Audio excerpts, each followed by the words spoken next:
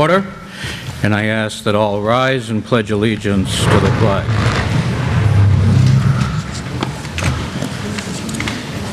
I pledge allegiance to the flag of the United States of America and to the republic for which it stands, one nation, under God, indivisible, with liberty and justice for all.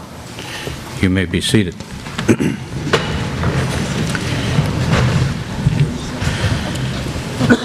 Some information and housekeeping issues. First, I would ask that you shut off or silence your cell phones. For those who need restroom facilities, they are out either door at the back of the auditorium and directly across the hall. Guest seating, if you are not a registered voter in the town of West Bridgewater, you need to sit in this section over here as designated.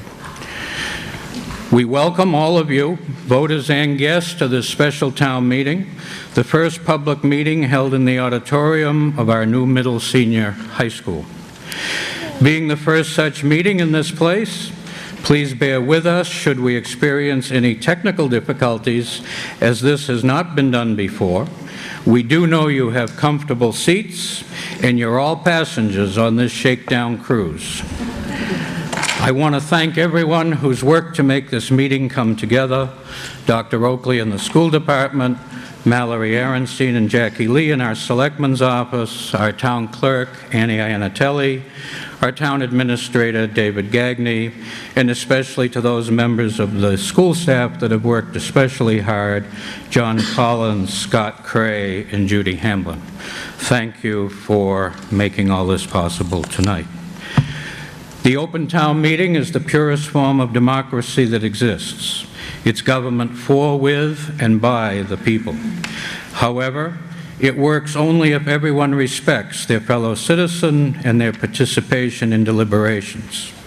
There are a few simple rules I would like to remind you of for tonight's meeting. Anyone who wishes to speak must approach a microphone. There's one right in the middle at the back of the aisle, and there's one at the head of each aisle here in front of the stage. And wait to be acknowledged by the moderator. Once acknowledged, please state your name and address. And if you're a guest wishing to speak, please state your reason for speaking. Address all conversation directly to the moderator. Amendments, if any, on any article must be presented to the moderator in writing. The town clerk has forms for amendments. You're asked to avoid any outward show of emotion, such as applause.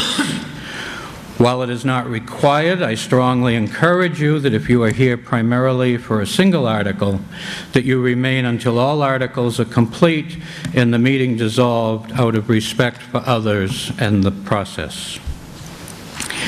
At this time, I would like to ask our tellers to come forward for this evening to be sworn in by our town clerk. Tellers are Marilyn Raleigh, Diane Perry, Sandra Irving, and Marion Loffman, and I thank them for their willingness to serve.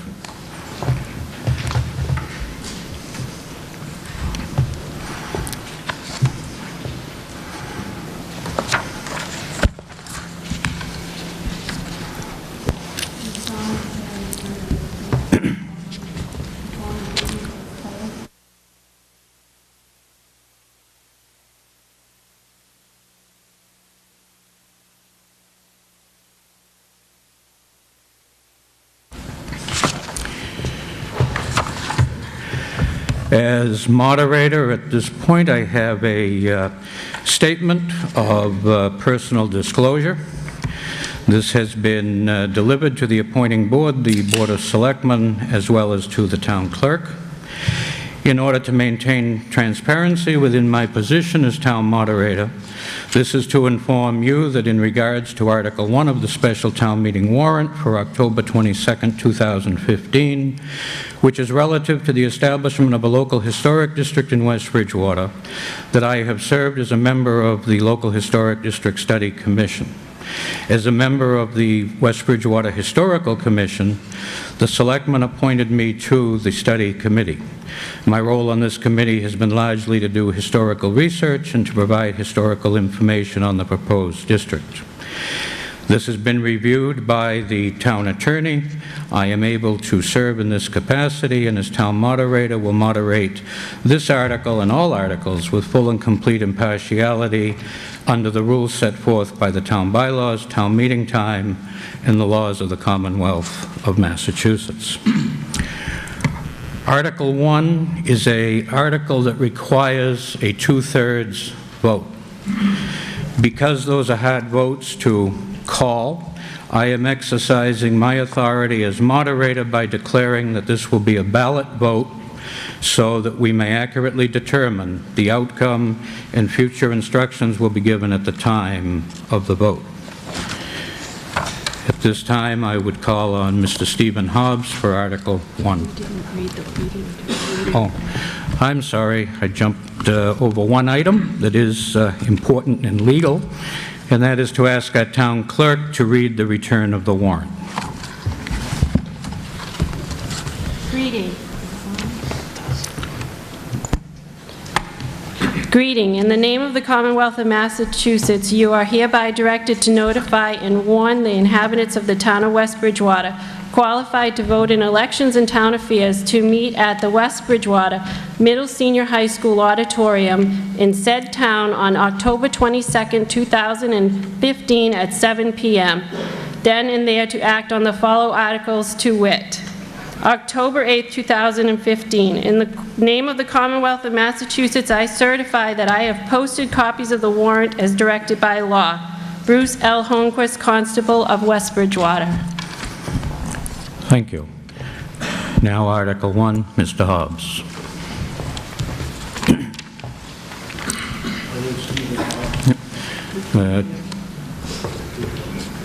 Yep.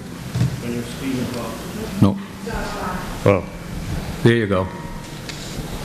My name is Stephen Hobbs. I live at 137 East Street, which is in this proposed district. So that at the town to vote to amend the general bylaw by adding a new bylaw, the East Historic District, as printed on the warrant along with the map entitled East Historical District of West Bridgewater. Thank you. Is there a second? It's been moved and seconded. Finance Committee, would you like to speak to it?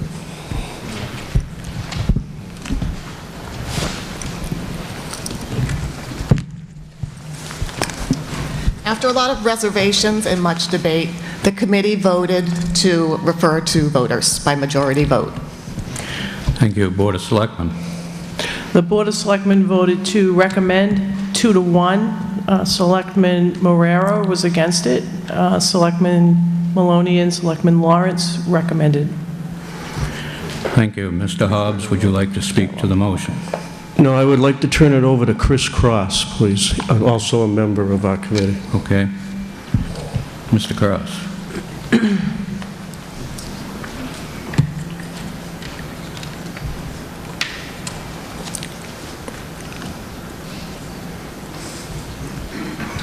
My name is Chris. Your mic's not on. My mic's not on. My name is Chris Cross. I live at 45 Forest. Questions, concerns, opinions. Question, why am I standing here now before you? It's a sad story, really. Reluctantly, I have been given the microphone this evening. My participation, the result of a devastating development in the life of one of West Bridgewater's noblest sons, one of her greatest athletes, one of our town's true believers, Forrest Broman. Once again, as so often before, we are all cheering for you, Forry, cheering for you and your beloved son Doran, as Doran begins his sudden combat with cancer. Question, so what on earth is this study committee? Who are they? What gives them the right? Well, in the tradition of the fabled other gatherings of townspeople with rolled-up sleeves, like those who once Thank you. I speak with my wife, and she rarely ever speaks back, so it's very, very hard for me to know if I'm coming through. Just kidding, dear.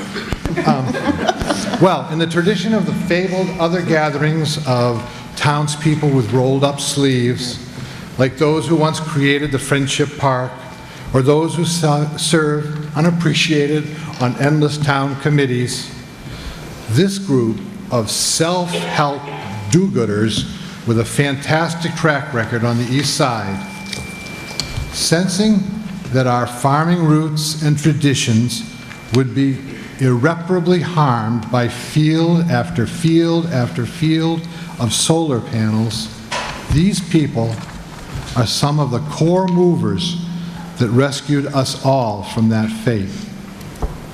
Gathered, organized, energized, they wanted to do more to continue to protect their beloved neighborhood. They then learned that the Massachusetts Great and General Court had already led the way. The state had even established laws and a wonderful supportive department under the Secretary of the Commonwealth to guide communities in preservation and all the time protecting citizens' rights. So this group of fantastic East Side friends and acquaintances who loved their neighborhood, a neighborhood dotted with open farm fields steeped in rural history and settled with ancient homes, summoned their courage and took up their challenge before the selectmen. The same selectmen who, when major changes and challenges come to the town, have often heard residents ask for preservation.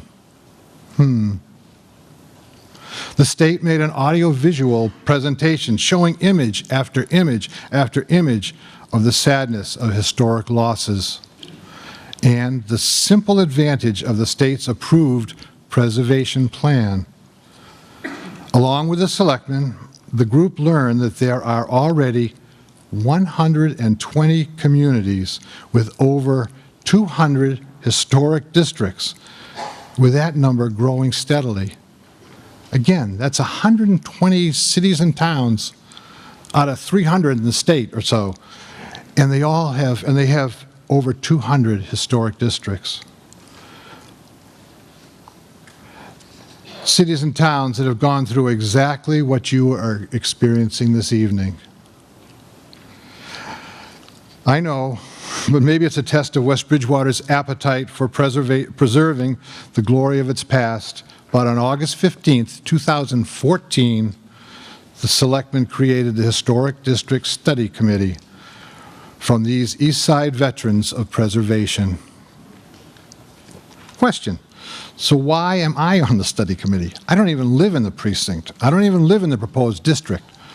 Well, the veterans thought that including a few auxiliary members, students if you will, might be helpful if the town ever wished to later consider some of the ancient properties by the old Pratt Bridge. The selectmen added Reverend Ashton and myself. Question: what has this committee done? Well, it's met over 20 times, struggled with maps, historic inventories, rules, regulations, and exceptions. They have canvassed the neighborhood door to door, printed flyers, sent email broadsides, held informational meetings to speak directly with those who might be impacted, populated the social media. Public hearings have gone on late into the night. They've crafted and recrafted the proposed bylaw that you have before you. Okay, so much for how we got here. Let's speak briefly about change and the pressure to change caused by this warrant article. Some of the first settlers to your town arrived on the Mayflower. Talk about change. Pilgrims thrust into a brave new world. Toto, I have a feeling we're not in Kansas anymore. Change. Do you realize that the number of homes in the proposed district trace their history to these early colonists? Yup, right in our little town. Who knew? On the east side. Yes, Aldens and Kingmans, Thayers and Haywards, Chisholms and Roberts, clustered around the old center tree, the focused center tree of the original deed. Yeah, right there. Yup, change. I was just 3 when my brother was born, and the 3-decker in that grand metropolis of Brockton became too small. So my parents decided to move to the country. Their friends and family were aghast. I remember how it was, though. Many of you do also. The farms, the cows, the pace of life. Change. I realize that some of you here this evening may not give a hoot about the past, that you are already okay with change, that you are indifferent to history, or, in this difficult economy, you have to be fearful of any new requirement and burden placed upon what you own. Some of you are here have a love of history and legend. Some shook your heads as the last-minute attempts to save the Bridgewater Center ancient home fell to the CVS bulldozer. Change. Perhaps it is fitting that we are now sitting in this brand-new high school auditorium. It's kind of fun. Change and regulations. Will there be more barrier regulations? Will they be added to this district? Yes. Yes, there will be. But sound ones, well thought out, and laced with exclusions, and administered by your neighbors. Regulations. I spent several terms on the planning board. Thank you, Donnie. And while there, I had the privilege of radically rewriting the board's regs and defending them before a scrutinizing, vocal town meeting. Oh no, not more rules and hoops to jump through. But the change brought about wider, safer roadbeds, mandatory sidewalks, historic street lighting, classy granite curbs, and buried utilities. Not ugly wires everywhere, wires that are just waiting for storms to fell and emergencies to arise. A lot of people think that maybe the streets look and feel a little bit safer, a little bit better now, but they were hoops, and they were daunting hoops back then. Change. Okay, the bylaw. You all have a copy of it, maybe. Now to the actual wording of the bylaw you have before you. They are the same as others. They are virtually all the same. All the neighboring towns' bylaws look practically alike. Google them if you want to. Right now, you'll see. The State Historical Commission offered suggested bylaws, and guess what? The towns used them. We used them. They were copycats. We're copycats. Tested, tried, and true. Our regs. In defense of property rights, back to that solar panel crisis the East Side faced for a moment. I wonder if there are some of you out there tonight who now oppose the district on grounds of rights. Some who shouted as loudly about property, I think it's rights, property rights of those seeking to turn your neighborhood's farm fields into solar panels. Did you indeed stand tall, shoulder to shoulder with the solar panel promoters crying, no one should ever tell them that they can't do with their property? I wonder. The opt-out issue. At a great public hearing recently, the study committee heard several property owners say, I love the neighborhood and I believe in preservation, but I would like to have some way to opt out my own property. Mr. Broman promised them further research and reconsideration. It came from the director of the Massachusetts Historical Commission himself, who strongly recommended against any form of opt-out clause. It only makes for an exercise in futility. Even if the current townie in good faith pledges to abide by the community standards, successor owners would not be bound. A discordant Swiss cheese of preservation results. Trust. After feeling the angst and concern at the public hearing, the committee rewrote the proposed bylaw, hoping to accommodate issues of trust. We requested that the selectmen emphasize that citizens from the district be appointed for any future commission membership. If this warrant article should pass, trust. She wasn't really speaking to us, but what she said sure does apply to our situation. In the life of each of us, there is a place remote and islanded and given to endless regret or secret happiness. Sarah Owen Jewett. Endless regret or secret happiness. There are other phrases that come to mind tonight. Our little town, closing the barn door after the horse is gone, shouldas, we were too late. Oh no, they bulldozed what? There are some other thoughts too. Don't tread on me. Over my dead body you will. Nobody's going to tell me what I can do. Well, thank you all for coming out tonight at perhaps this critical moment in time. A time to talk, a time to listen, a time to vote before it may be too late forever. Having grown up with West Bridgewater and over my 60-odd years, having served numerous terms on your planning board, having been on numerous town building and educational committees, having been involved with YA activities to local business ventures, I certainly know that there are real, heartfelt, strong beliefs of land ownership and property rights in our little town. So, as we move forward, thanks for keeping an open mind this evening. It should be a great exchange of information. Okay, let's get going. Some of the things to think about. The stories. Everyone wants to tell their story. We lovingly put family quilts in attic boxes. We place important pictures chronologically in cherished photo albums. We trace through ancestry records of who, when, and where. Maybe we do it for Mr. Cross, excuse me, but can we wrap up the presentation on the motion so that we can open the floor to voters? Absolutely. Thank you. Mr. Moderator? Thank you. Before I open the floor, Selectman Maloney has asked to make clarification on an earlier comment. Thank you, Mr. Moderator. Thank you, Mr. Moderator. I would like to clarify the vote of the Board of Selectmen. Selectman Maloney and Selectman Lawrence voted to recommend this article. Selectman Moreira voted to refer to the voters. Thank you. Mr. Moderator. Yes, Mr. Moreira. I'd like to further clarify this.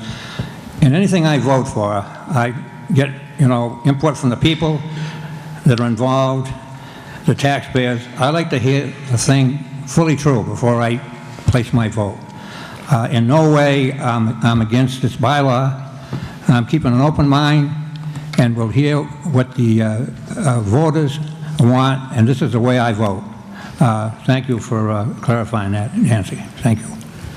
Thank you. And Mrs. Anderson, you have a clarification as well? Thank you. I'll be very brief.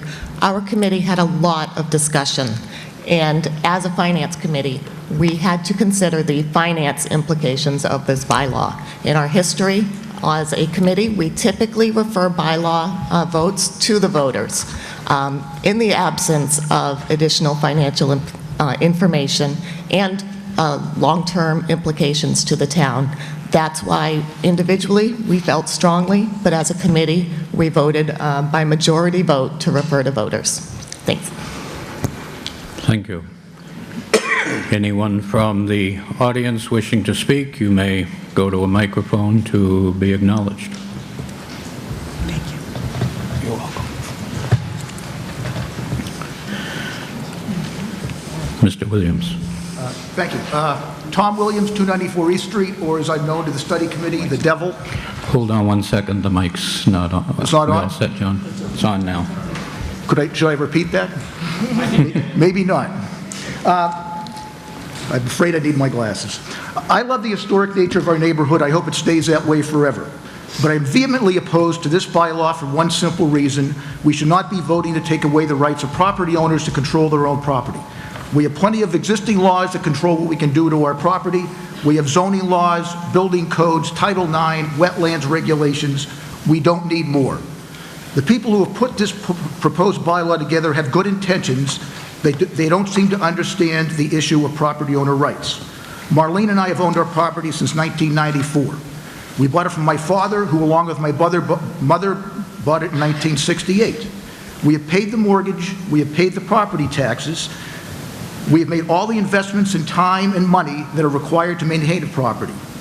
If I want to tear down, we should be able to do anything to our house, up to and including tear it down, without getting approval from some appointed board of historians. If I want to tear my house down, it's none of anybody's business. It's my house.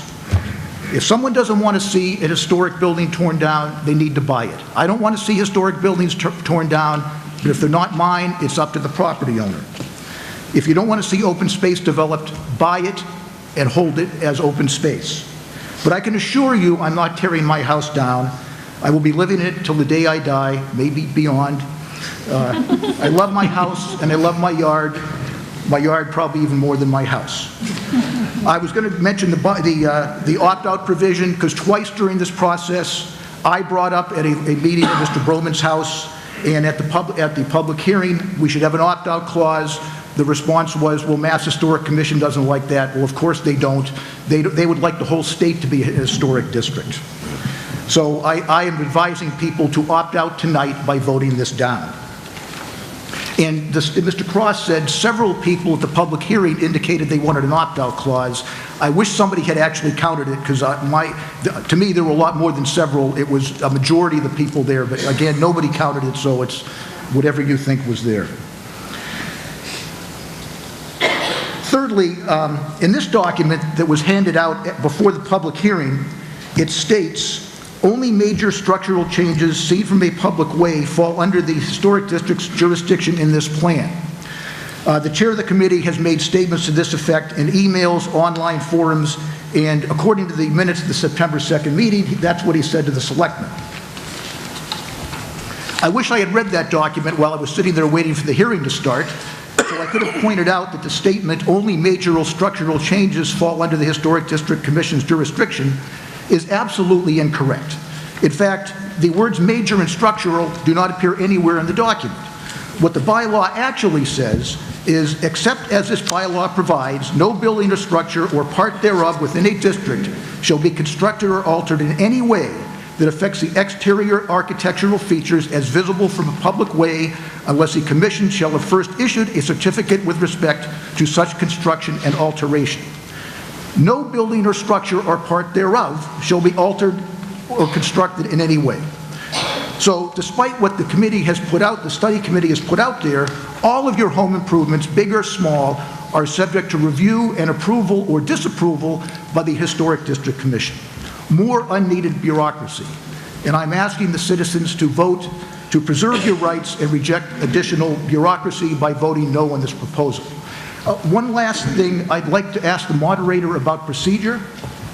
What I've heard that no matter how this vote goes, it's possible someone might make a motion to reconsider the vote and we'd vote on it again. Is that true? And could you explain that to us? Under the town bylaws, the voters, regardless of whether you voted for or against, as an individual, can bring it up for reconsideration.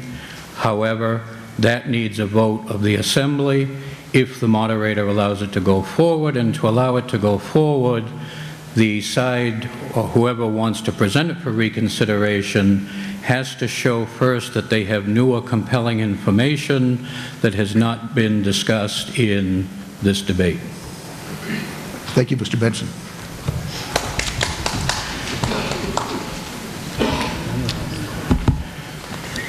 Yes. Yep. My name is William Kane. I live at 327 East Street. First, I'd like to refute a couple of things that Mr. Cross said. Mr. Cross said that Several solar fields, solar field after solar field after solar field was stopped. I believe that's what he said, something like that. To my knowledge, one solar field was stopped. Not several, not solar field after solar field. Secondly, Mr. Cross said that the committee studying this issue canvassed the people involved door to door. I was not canvassed. The closest thing I came to that came to a canvass, to me personally, was exactly 8 days after one of these committee meetings. I found a note in my mailbox inviting me to that meeting 8 days prior to it being placed in my mailbox. That's the canvass that I'm familiar with. As far as the view of that field is concerned, and again, it's not fields and fields and fields and fields. I believe it's only one field. There's more than one field, but there's only one field that's under question, and I love that field just as much as anybody else does. I wish I could afford to have a house looking over it. It's gorgeous. On the same token, I don't own it.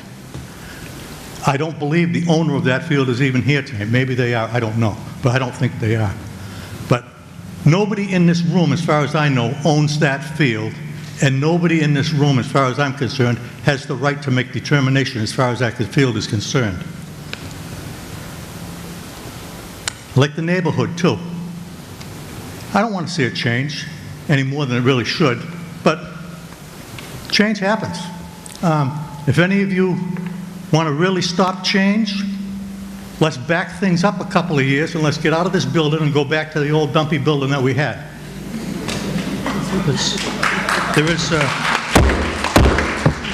As I said at the beginning, there will be no show of emotion such as applause. But, sir, you know, Thank you.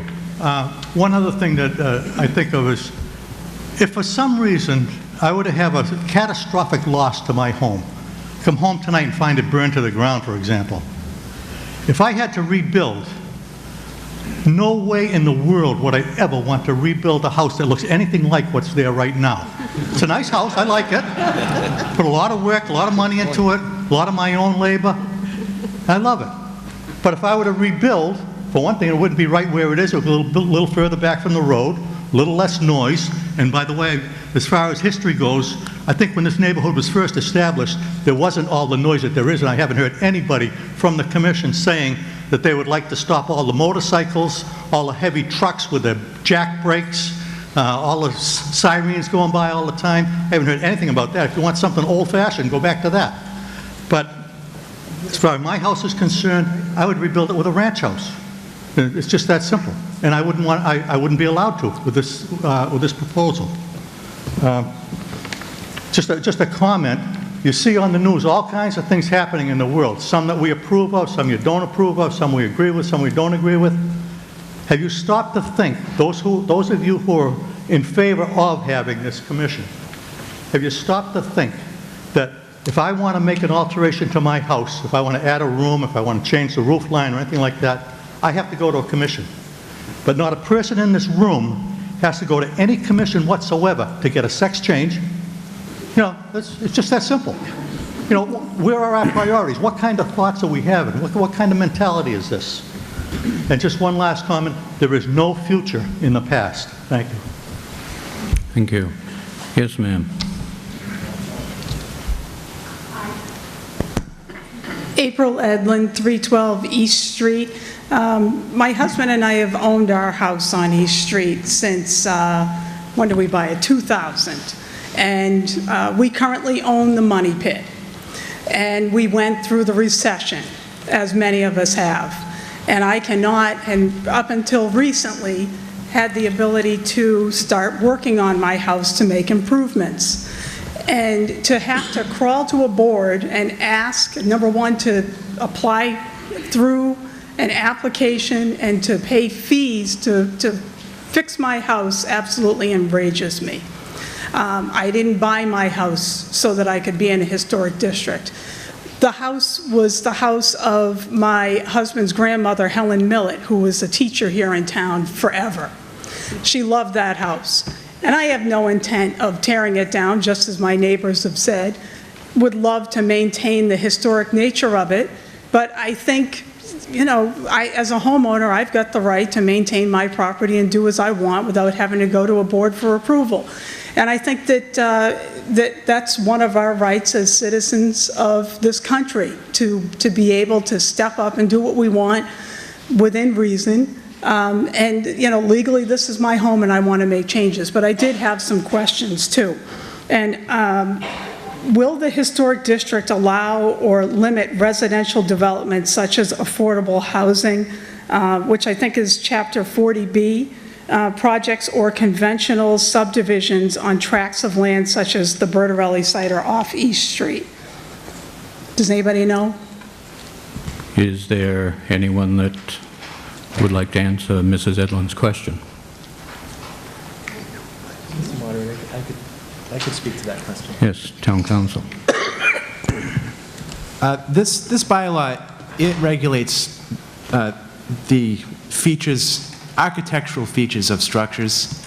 It's not a zoning bylaw, and it's not a subdivision law, and so it doesn't limit like the density of development and those types of issues that are addressed through zoning and the planning board. So the answer is that it wouldn't interfere with Chapter 40B or with the subdivision approval process. So it could, so that the neighborhood could be changed based in that regard then?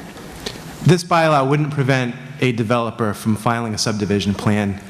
It would affect the design of the homes in the subdivision so that they meet the requirements of this bylaw, because this addresses architectural design, exterior features of buildings. Okay, thank you. So there could be more change, people. And also, I'm curious as to why this specific historical district in this proposed location was not identified in the comprehensive master plan that was laid out for the town about 10 years ago. The plan showed new specific zoning and overlay districts for the betterment of the entire town, but the master plan really made no specific mention of the East Street area needing this district, which leads me to believe that the planning of this district is somehow tied to the solar project that was proposed on East Street, as mentioned earlier this evening, that was denied.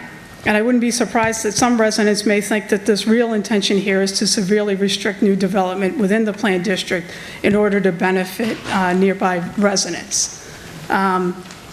You know, I would just, I really would hope that everybody would take strongly into consideration the homeowners like myself who need to make big improvements to our homes, and to give us the opportunity to do what many on the Historic Commission have done, or the proposed Historic Commission, which is make those changes to their homes. They had the opportunity to do that, and I have not had that chance yet. So I would like to experience the same freedom as a citizen of the town. Thank you. Thank you. Mr. Currier has a question or comment to the Town Council's comment. Yes, Town Council, on under 8.2, it says the commission may in appropriate cases impose dimensional and setback requirements. Does that go against what you just said about their ability to control lot sizes and things like that? I'm not sure. I'm just reading it. Just thought it made sense to ask that question.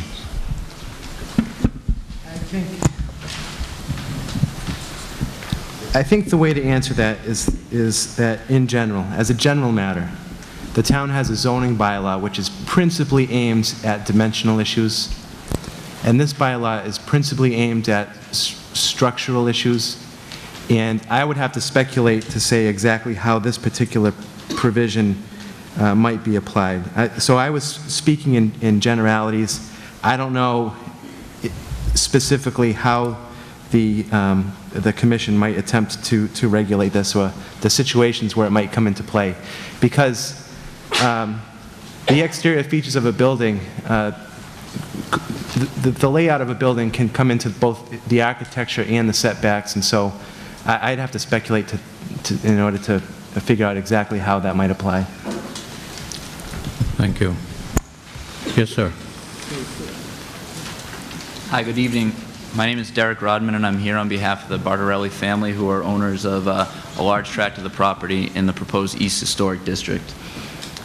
I just want to come here to make a few brief remarks to piggyback on some of the things that some of the other residents have said in opposition to the creation of the East Historic District. The purpose of the district is to protect architectural and historically significant assets within the town that are visible from a public way. At least with respect to the Bartarelli property as it stands right now, there's no existing structures that are of architectural or historical significance. And it's a little interesting that a lot of the property within this proposed East Historic District is the Bartarelli property, where there's no structures of historical or architectural significance at all. We think that this attempt, or the creation of this district, really, it's a very broad land use regulation instead of, narrowly tailored to protect the historical structures within the town.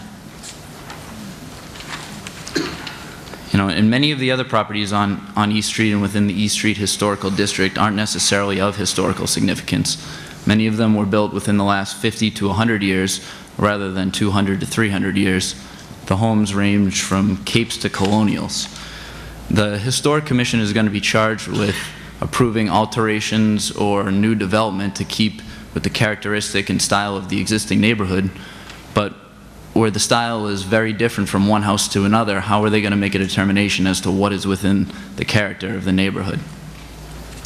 The last point that I want to make is, I think a number of other residents have made this as well, is that this is just an additional layer of bureaucracy and approval that the townspeople, the residents within the East Historic District, they're going to have to now seek permission from the Historic Commission to make any alterations to their property. The town already has an existing zoning bylaw, there's a planning board and a zoning board of appeals. There's already a process that governs land use within the town, and this is just an additional unnecessary layer of bureaucracy. Thank you. Thank you. Mr. Kruger. Under the Massachusetts general laws, there's a law that says the farmers don't have to meet any bylaws of the town as far as like setbacks or how many buildings they can have on a piece of land. They don't have to have bathrooms in every single building.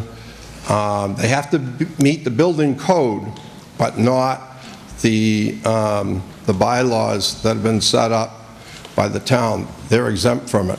So where it says in here, the combination of materials forming the shelter for persons and animals, they'd be exempt from that anyways. They can't, nobody can say anything about what they're going to build it out of. They could build it out of tin if they want. The other thing is, I was wondering, why is this being brought up at a special town meeting and not an annual town meeting? I don't see the urgency of this meeting to get this voted on. And Mr. Hobbs, who's presenting this, has a business there. How does that fit in to this description? He manufactures kitchens there. How does that fit into that? Is that historical? Is he going to be able to make changes to that?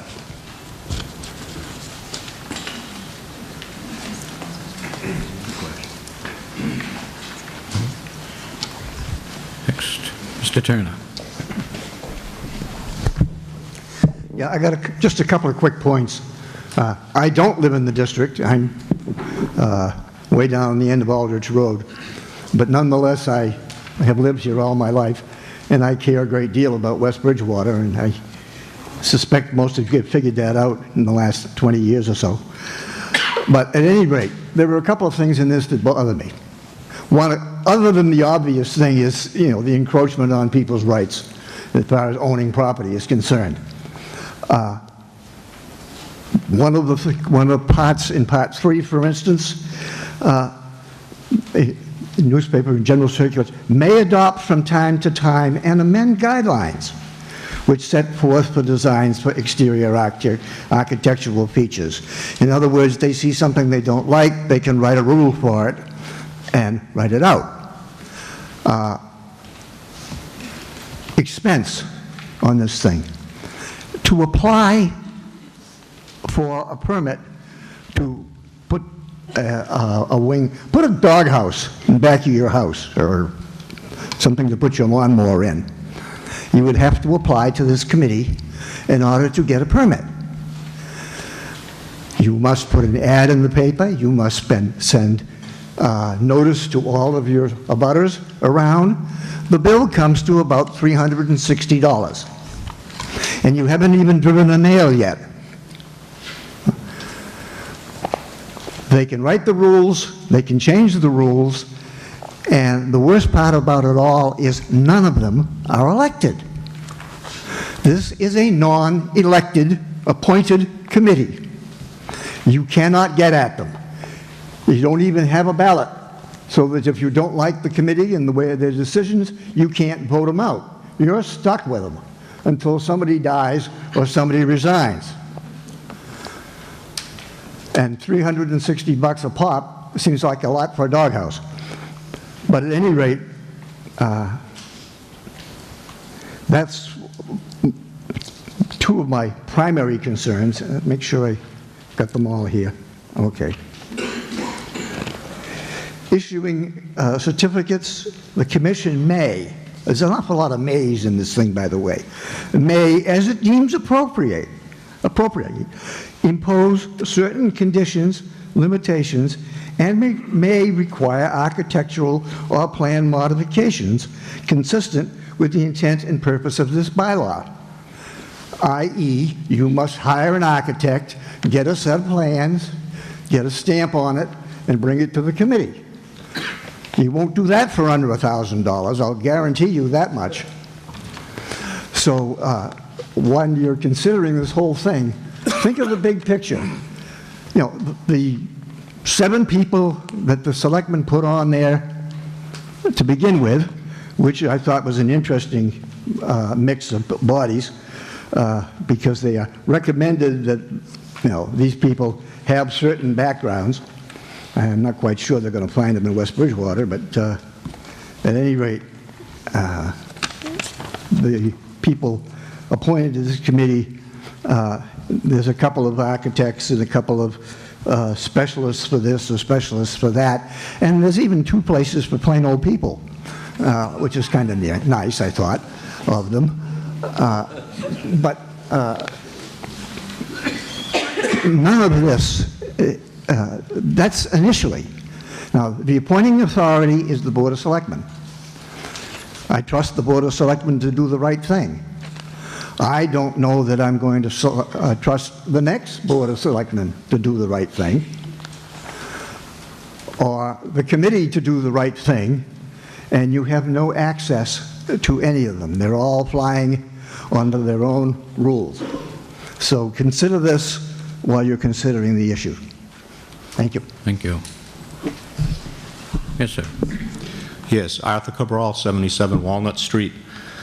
I read through these 9 pages of this bylaw multiple times. In all of this, there is not one objective standard of what the architectural standards are going to be.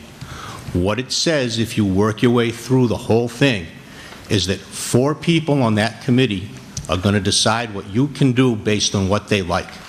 Because that's all that's really required, okay? It's all up to them what they feel is acceptable to the neighborhood, fits in with the area, you know, whatever. I also think, actually, Mr. Currier had a good point there. If you really read that Section 8.2, the Historic Commission can set those dimensions regardless of bylaw. If you want to go through that, I don't see how you read that any way than that they could come in and make somebody use a different density in a space, change lot sizes, do whatever else they want, because right in the bylaw, I mean, I'm sure it was written precisely for that reason. I don't think that slipped in or was a mistake. That wording gives the commission the ability to go stricter if they want, or don't if they don't want, which is another problem the way this is written. It gives a real opportunity, and this isn't about anybody currently that would be on the commission or was on the study committee. Who knows who's on there 5 years from now? All of a sudden, well, we don't have a standard set of rules that the bylaws usually take care of. This is you go see these people, and there's going to be 7 of them in a room, and 4 of them basically have your fate in their hands no matter what. So that's, I mean, maybe Mr. Kruger was right. This should have gone through some more study and come up at a regular town meeting. It just seems this is very awfully loose, considering the amount of property we're talking about and the fact that absolutely most of it is just open land. Thank you. Mr. Williams. One of my neighbors has asked me to deliver a written motion.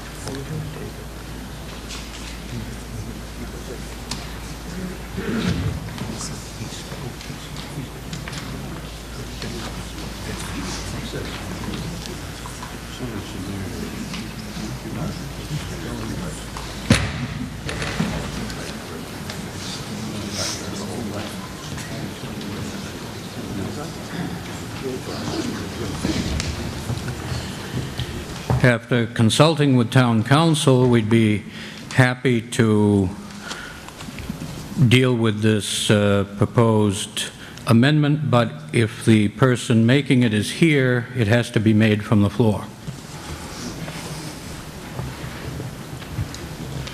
You have to, yes, but you still have to make it verbally.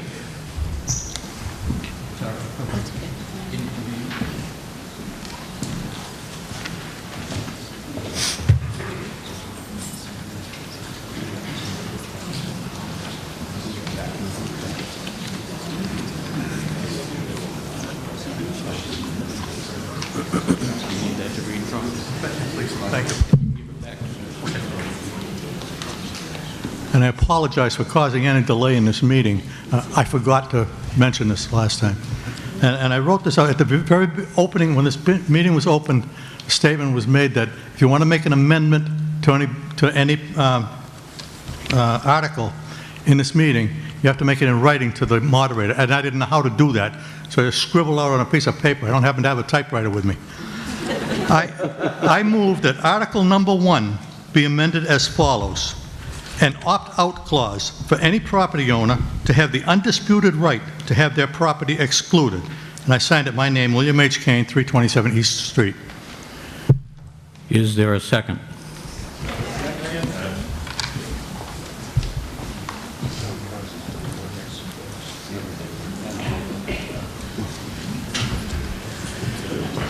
It's been moved and seconded. Would anyone like to speak to the amendment?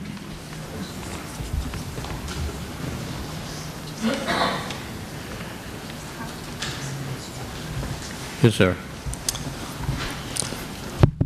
Hi, my name is Brian Morrill. I live at 419 Spring Street. I don't live within the district, but I do own an older home built in the late 1800s. I also read regulations for a living, and what I read in this regulation is a little concerning in that it's too broad, and I would hope people would consider this when voting. Your comments now have to deal specifically with this amendment. Oh, I wasn't speaking to the amendment, sir. I was speaking just to the Okay, I asked if anyone was speaking to the amendment. Oh, I'm sorry. Okay. No, not to the amendment, sorry. Anyone wish to speak to the amendment? Being an amendment, this will require a majority vote. I will call for the vote, although I will reread the motion that an opt-out clause for any property owner to have the undisputed right to have their property excluded. All those in favor, please say yes. Yes. Those opposed, no. No. The amendment carries.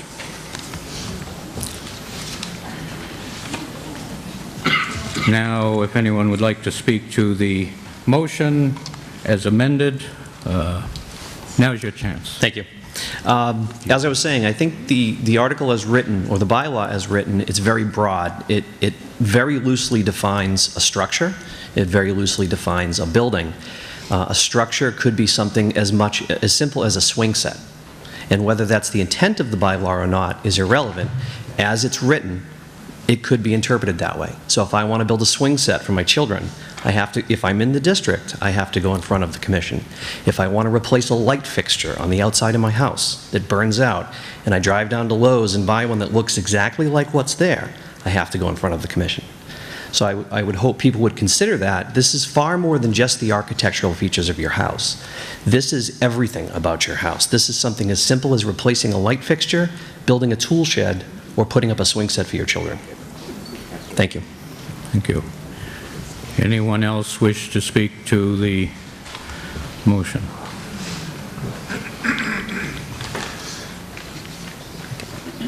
Mr. Cabral, you've spoken, so I'll ask Mr. Broman first.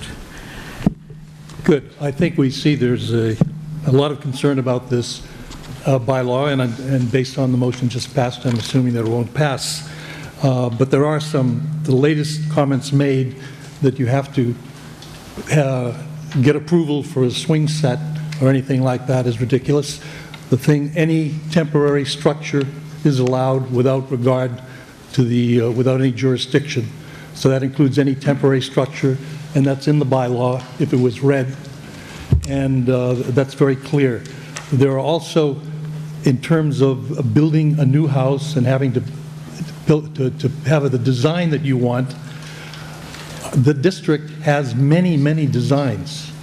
I mean, there are many kinds of houses there. It's a very broad, open standard that the commission would have to have for approving it.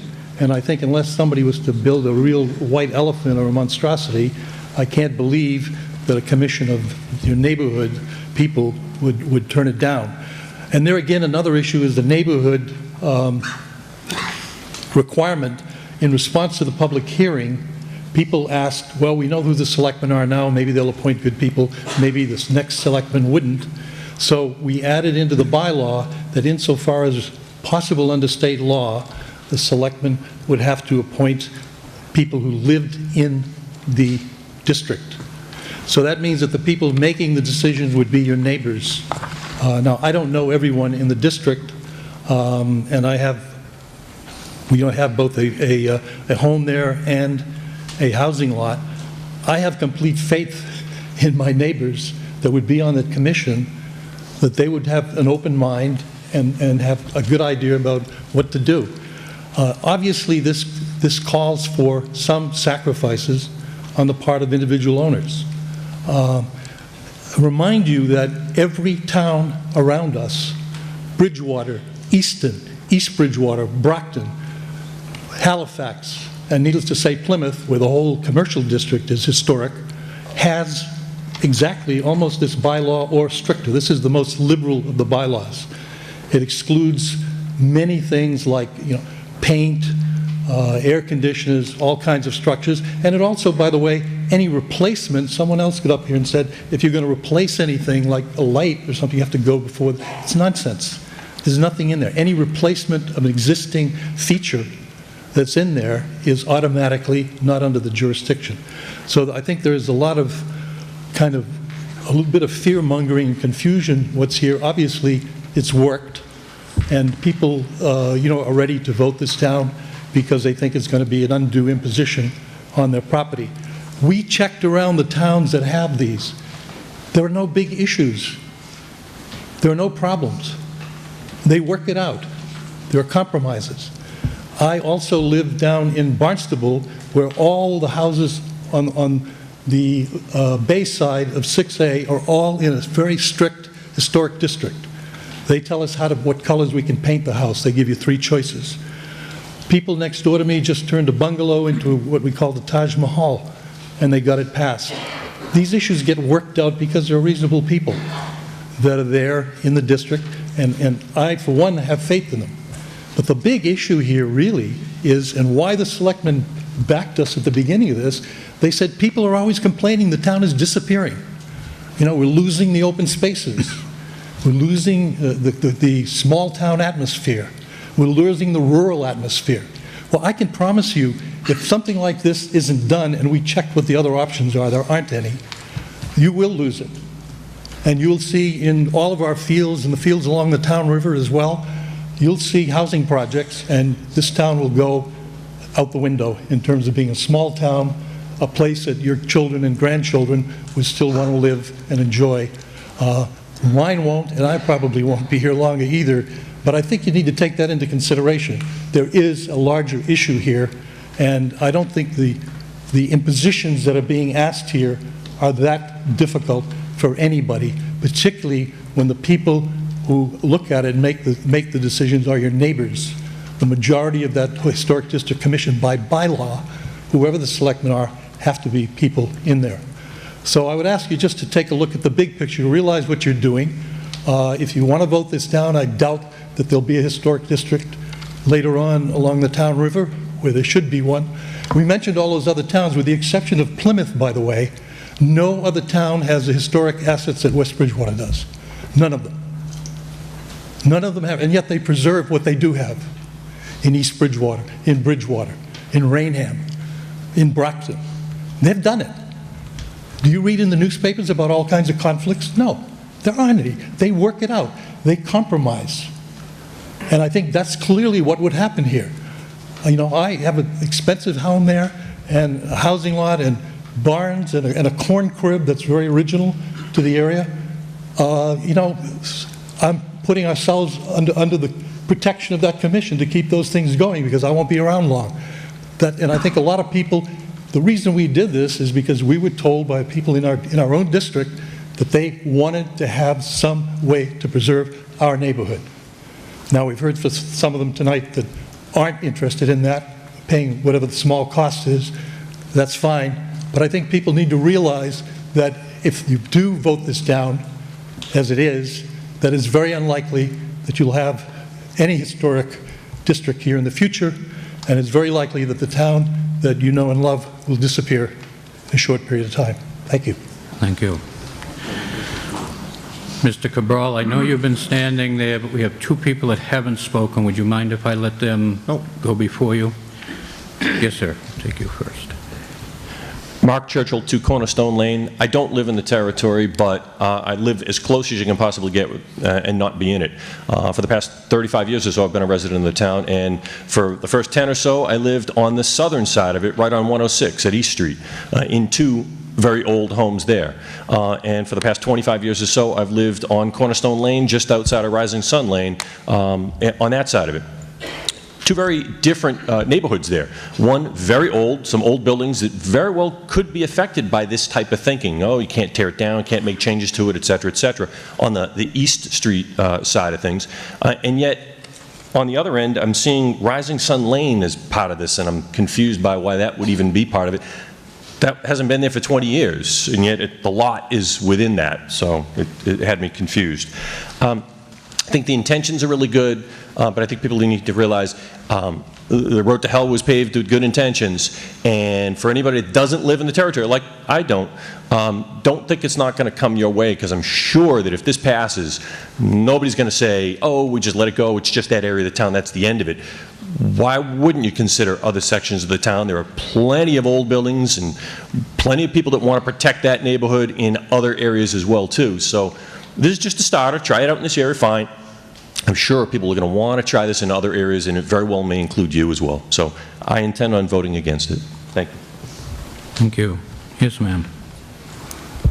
Yes, Mr. Moderator, through you into your audience, I'm not a West Bridgewater resident, I'm a Bridgewater resident, so I'm just speaking as a friend of the town, and I wanted to follow up with some of the comments that were made since the committee evidently did check with all the other towns. And so I'd like to speak a little bit from our experience in Bridgewater and perhaps what it's like to live in a town that does have a historic district.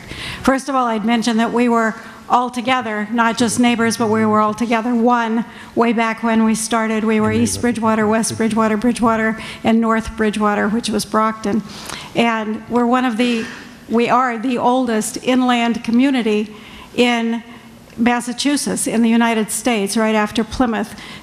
We were founded next. So there is enormous amount of history here and in our communities. And in Bridgewater, we do have a historic district in our downtown center. When it started out, I feel a little bit like I've been there, I've heard this before, because when it started out, it was much larger. What was designed was a much larger scope than we have right now, which is just around our central square. And town meeting was so afraid of it and so concerned that it was going to impinge on everybody's rights, that they weren't going to be able to paint their house the color they wanted to, that they weren't going to be able to put up a garage, that they weren't going to be able to do this, do that, the things that I've been hearing tonight, that they cut it back to just around our central square. And that's great, that's fine. It makes for your historic downtown. But what happened in 1999 was that we had two beautiful original Washburn houses that were right off of our downtown central square. They're where our CVS is now. And those houses weren't in the district because they were just off of Central Square. Those houses were taken down over a weekend. We had an injunction to have them saved, but they were demolished at 8:05 in the morning, and the court didn't open for us on a Monday morning. We didn't have our injunction until 9:15, stopping the demolition of those houses. So they came down. We believe they were stops on the Underground Railway. They aren't there for us to preserve, for us to have. We have a CVS. I have nothing against the CVS. They did a good job designing it. The reason they did is because immediately after those houses came down, we had a special town meeting, and we rushed to put that land into the historic district so we could protect what was going to come on that land later. We put that in there, and the CVS, as it came in, worked very hard to not put in a traditional CVS, but to put in one that matched our downtown somewhat, not like the historic houses would have been. But I feel a little bit like I've been there, done that, so I wanted to share that, this with Bridgewater. We don't have people grumbling and complaining and fighting against the historic district all the time. Things happen in our downtown. We have restoration projects going on. We had one of our buildings that was falling down was torn down and replaced with a brick building that's downtown, because that seemed to be in keeping with what was there, and certainly the old one was an eyesore and a mess. So that can happen when you have a historic district that you trust. And I heard that word early on. First presentation tonight, I believe, used the word trust, and that's a lot of what it comes down to. Just want to say one other tiny thing. A couple of years ago, my husband and I were doing some travels in I was going to say the Midwest, but Montana. I'm a Nebraskan by birth, and out there our history is much newer than your history. So we're protecting things out there like our 1900s one-room schools, not our 1656 structures and our 1700s structures. And one thing we were very struck with as we visited several towns in Montana was the complete pride in history that every single one of those towns had. They had Helena, Montana, that's only as big as Bridgewater, 30,000 people. They had a little train running around. They'd put you as a visitor in their train. They'd show you all the historic houses that were built in 1920. And they were so proud. They were so fiercely proud. And they were working so hard to keep what they have and to let the world know what they have out there. It was a totally enjoyable community. Every single one of the towns we visited was totally enjoyable. And that's what you have the opportunity for here in West Bridgewater. You have the second oldest community in Massachusetts. People come from all over the world. They come from all over the United States to see where their ancestors came from. And I would love to see you keep that so there's something for them to see other than just the new things that get built. And I'm not against change. I like it. And I forgot to say, I'm town clerk in Bridgewater, and I was chair of the Community Preservation Committee over there for 10 years. So I've worked a lot with historic preservation and things like that. So that's all I have to say. Thank you very much for letting me have a chance to speak. Thank you. Mr. Gibson. William Gibson, 124 Bryant Street. Having read this through, I enjoy history, and I think it should be preserved. But what I see here is a group of people, small select, now telling another homeowner what they can do. Are we setting up a precedent for a homeowners association? Maybe we should go out and start getting a landscape, town-approved landscaper, and we can go around and do all the houses. I think this is a good idea, but it should be directed on an individual base.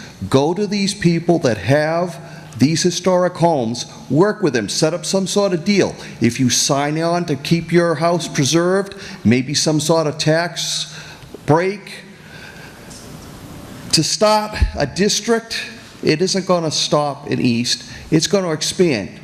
These other districts that we have out here, Bridgewater, Plymouth and all that, they're more centralized, they're more localized, they're set up for a specific thing, either both showing the history and business. We're not showing that here in West Bridgewater. We've got historic homes, yes, they should be preserved, but work with the homeowner. Thank you. Thank you. Mr. Cabral, thank you for your patience. That's not a problem. I figured we're going to be here a while. It's actually a question either through council or the finance committee, partly because it's already been mentioned about expanding the historic district into other spots. The last town meeting, I learned that the CPA money can be used to fund repairs and work on historic buildings. That's fine. If we just put a bunch of buildings in a new historic district, does that make those buildings eligible to come to the town if they need roofs, if they need siding, you know, anything like that? You know, do we all of a sudden have, I mean, I don't remember the number of homes here, but could all of these people come up and say, well, I have to do something special, it's going to cost me more, and come to the town for that money? I mean, I have no idea what the answer to that is. I really would like to know. Yeah. I think that the short answer, from what I understand, is that the Community Preservation Act is independent from this. And so those funds would be, there's a procedure to seek grants of funds that would be separate from this bylaw. Well, there's a procedure, and the First Church went through that procedure, and the town voted to give them the money. I'm wondering is because these homes are now in a historic district, can all those people come in and do the same thing? Anybody can ask for CPA money for housing, for historic restoration. It can be a private, personal structure. It would be up to that to the Community Preservation Committee to determine what they endorse and support, and then they bring to the selectmen, and then ultimately it's the voters that decide at town meeting. So if they weigh heavier on a home that's in a historic district, I'd say they probably would, but that's their own judgment call. But the homes that we're talking about, if it's an older home, actually could, even if it's not in the district? Correct. Okay. Reverend Ashton, and I'm sorry I didn't see you there. Good evening, I'm Carol Ashton, 196 River Street. Even though I am not a homeowner in the proposed East Street Historic District, and even though I'm not a townie, I've only been here for 12 years, and I came from that place called Texas, I am grateful to be a resident of this town of West Bridgewater, where we meet at town meetings. Let me tell you why. 12 years ago, when I came looking for a house to buy in West Bridgewater, there were only 3 available. All were good, but the one I chose was the one of the most historic value. I would have never chosen it had it not been for my realtor, who had a passion for things rich with history and a deep appreciation for the historical New England homes. But most of all, she told me delightful stories about the people who had lived in the home, and she took me around to Pulpit Rock and all of our historical places in town. and she helped me fall in love with West Bridgewater. So thank you, Pam Anderson, for sparking my attitude of gratitude for being here. A few months later, I received a phone call saying that my husband and I could close on our house only if the septic tank was completely put in, but that it was in danger of not happening because the winter storm was rapidly approaching, and closing in would probably stop the work on the septic being put in for Title V. But because of a very determined townie who worked until midnight before the storm set in, we were able not only to close on the house on time, but with deep gratitude for the man who went the extra mile of making sure our house was up to spec and that our property that we bought was in good shape. Thank you, Tom Snell, for your integrity and responsible work ethic and good care of my land.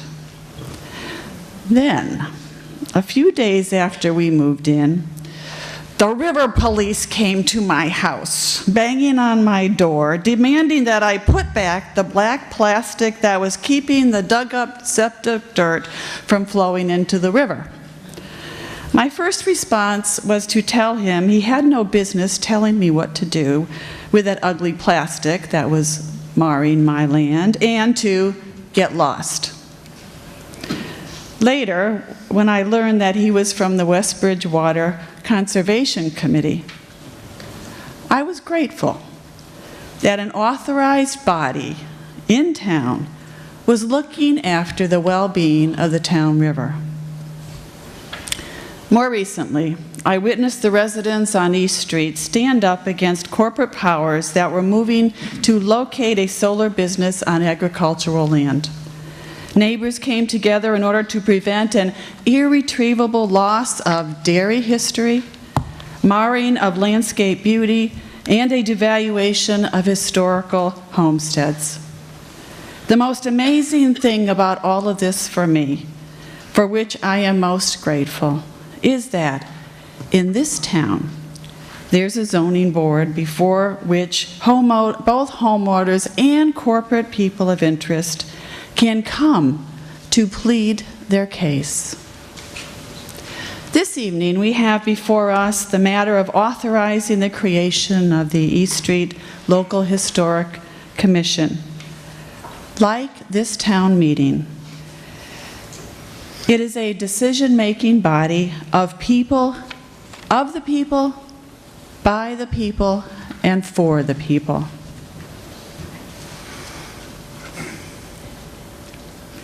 Rather than another governing board that can tell us what to do with our property, I see it as a beautiful opportunity, an authorized body, and time together just to run those architectural changes before our neighbors and with our neighbors, changes that have already been passed by the zoning boards and other places in town, past our own neighbors, to evaluate together if the changes contribute to the common good, commonwealth, and well-being of historic East Street. Even more importantly, it gives residents yet another opportunity to serve this great town.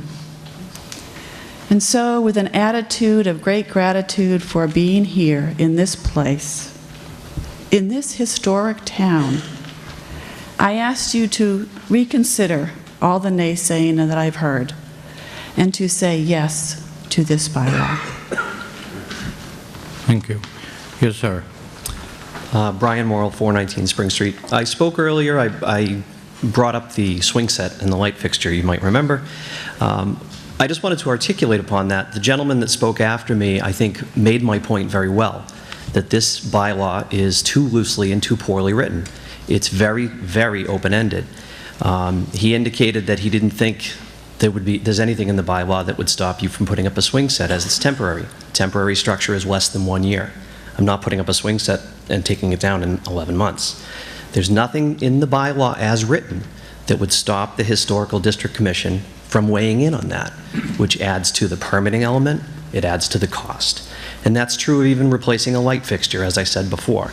The bylaw is written such that like for like can be replaced in the event of damage, in the event of fire or something to that effect. If I just want to replace a light fixture because I don't like the looks of it, a reasonable person would conclude that the Historical District Commission is not going to stop me from doing that.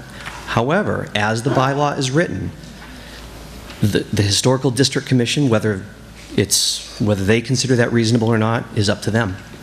They could require that I go in front of them for the simple replacement of a light fixture. So again, I would encourage you all to read the bylaw very clearly. I'm generally in favor of historic preservation. I'm not in favor of regulations that are written so poorly as to favor the commission that's implementing those regulations. Thank you. Thank you. Mr. Lawrence. I just wanted to add, if the commission doesn't act with common sense and with decency, it's a lot easier to strike out the district at a town meeting where you can do away with the bylaw than it is even implemented, because it's a simple 2/3 vote to alleviate a bylaw. So in doing so, you pretty much govern and regulate them, knowing that if they're not common sense, it only takes a 2/3 vote at town meeting to strike that bylaw, and it would no longer exist. We have been debating this motion for about an hour and 20 minutes. We can continue as long as you like. The only thing I would ask is if there's anything that anyone hasn't presented that hasn't already presented in some form, just to move the agenda along, but that is up to you, the voters. Mr. Turner. 20 seconds. 20 seconds.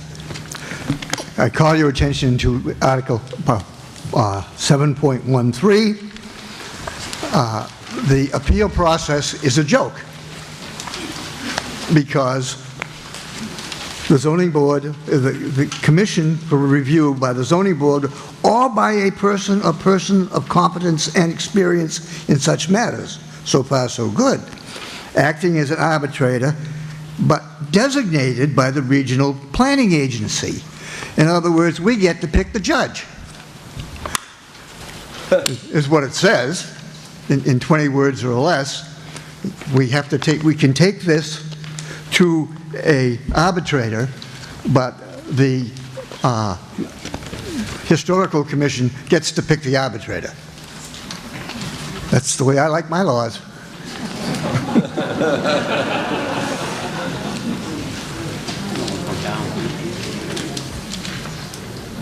Mr. Hoisington. Thomas Hoisington. I live at 495 East Center Street, sort of anchor the historic district at its very easternmost point. I really wish there was an opt-in clause. In fact, when the Historic District Commission began meeting, they did not include our house or the Skills house across the street or a few other properties. And we pestered them, and they gratefully agreed. But I think maybe it would be better to have people who want it rather than people who don't want it in it. If the amendment, if the bylaw as amended passed, perhaps that would be a good idea to have. My wife and I acquired our house, which was built in the late 17th century, as a family inheritance. I inherited it at age 24, and I got it at 40 years later. We put our house in another state on the market, and we took the equity in that house and we put it into the house I inherited here in West Bridgewater.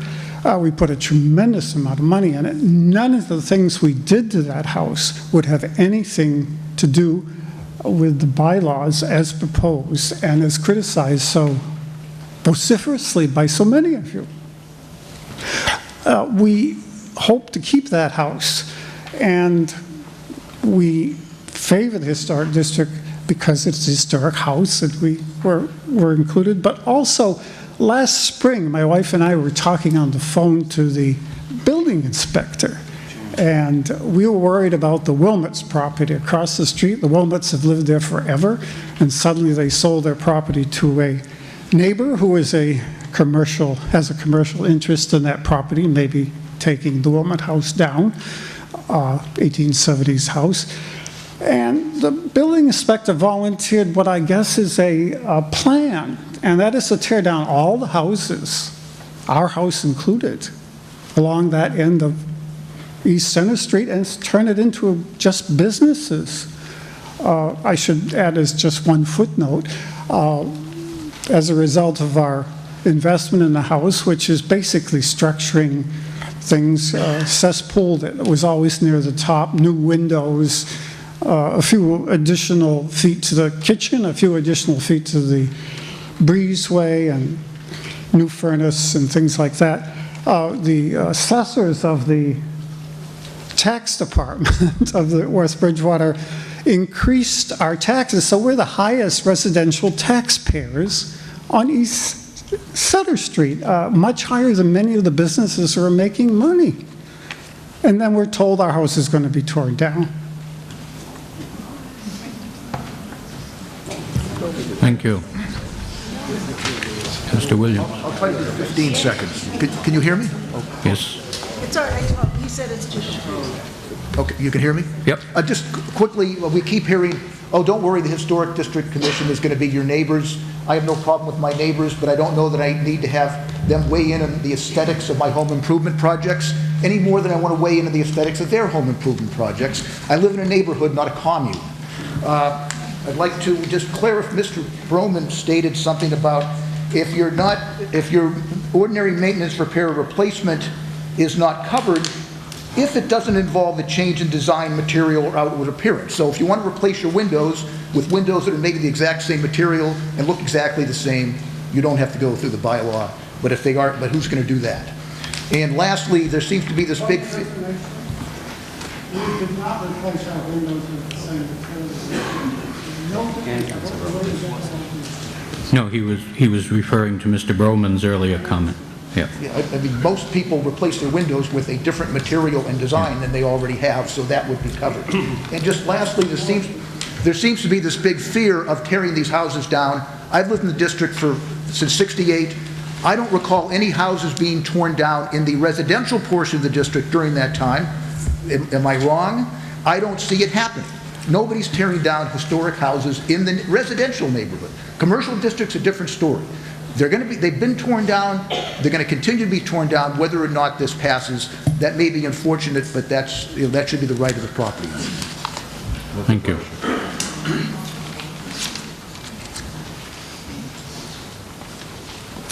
My name is Janet Trask, and I live in Brockton. And there are a number of us who are here on behalf of the Old Bridgewater Historical Society. And it's clear from being here tonight and from being a neighbor and loving my wonderful West Bridgewater next door that West Bridgewater is a very special place for all of us. And just a little bit of history. The town's land was purchased from Native Chief Osa Mequin, better known as Massasoit, in 1649. Miles Standish, Samuel Nash, Constance Southworth paid Osa Mrs. Trask, we just need to stay to the scope of the article itself on the district. So you don't want anything from the Old Historical Society? Not the history lesson.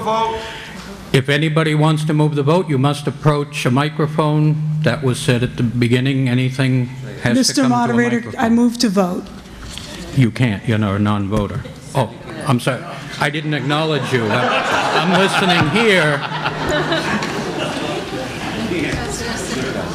Okay, there's a motion to call the vote. Is there a second?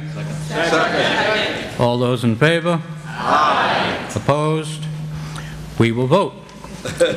If the tellers would come forward, and as the tellers come forward, I do have to ask that everybody get in their correct seats. I see voters in the non-voting section. I see some non-registered voters in the voting section. You have to be, if you are not a registered voter in West Bridgewater, you must sit in this section here. If you wish to vote and you're a voter, you must be in one of the other sections or you will not get a ballot. This is a, if you would please be quiet. So you have the instructions on how you're going to vote. This is a paper ballot. The ballot has a yes part and a no part. You will separate the two parts. And once you have your ballot, you can come forward and deposit it in either one of the ballot boxes, and the ballot that you're not going to use, put in the paper bag on the floor in front of the box.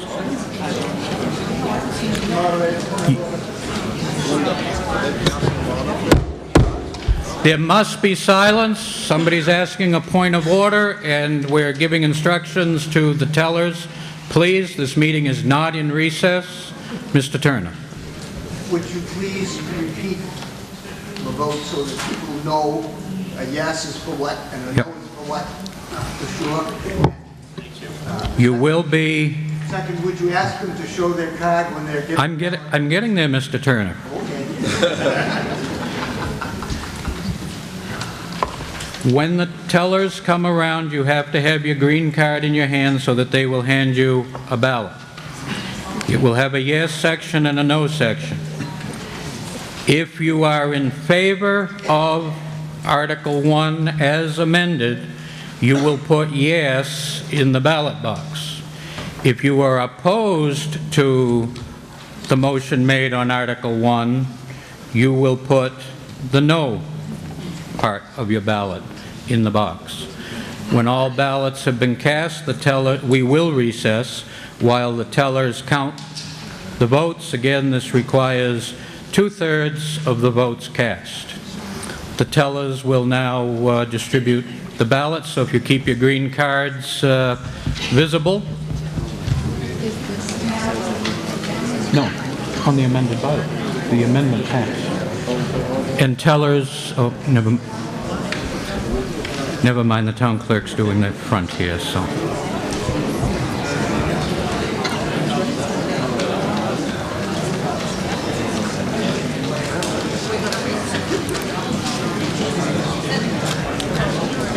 And as soon as you have your ballot and have made your selection, you can come forward and put it in the ballot box.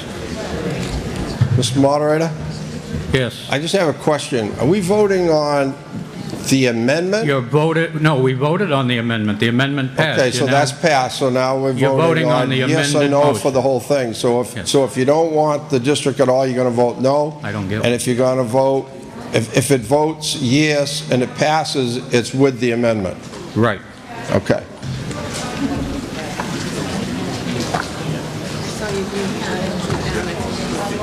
That's okay.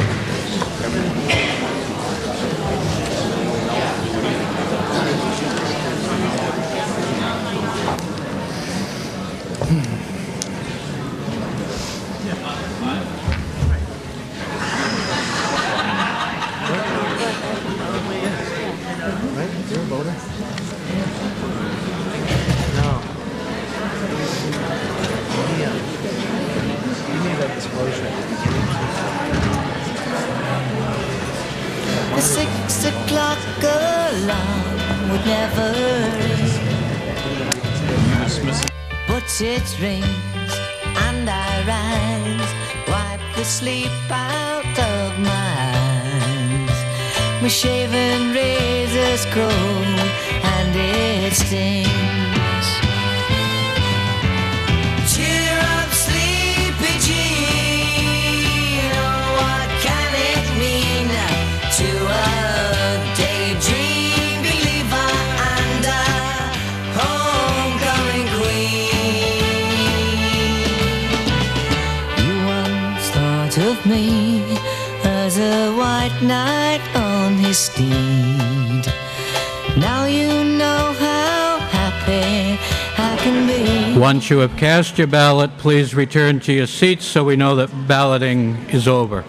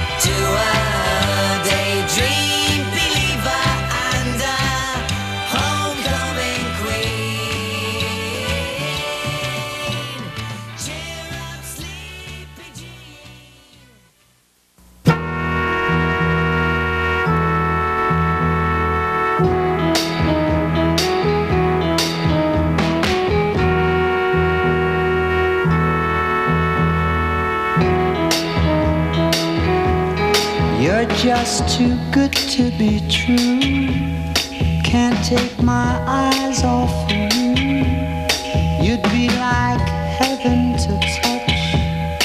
I wanna hold you so much. At long last, love has arrived, and I thank God I'm alive. You're just too good to be true. Can't take my eyes off you.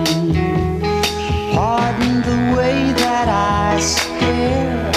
There's nothing else to compare. The sight of you leaves me weak. There are no words left to speak. But if you feel like I feel, please let me know that it's real. You're just too good to be true. Can't take my eyes off you.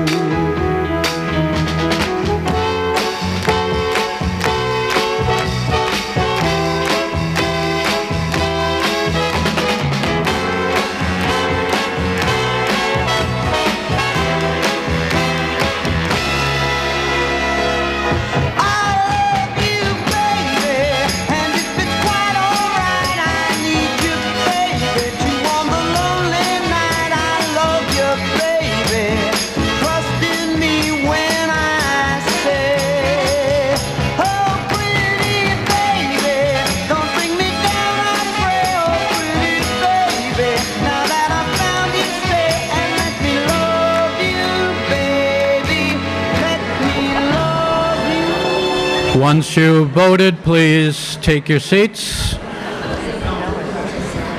so we know everyone has voted, and then we will recess while the votes are counted, but I need everyone in your seats so we know that the votes have been cast.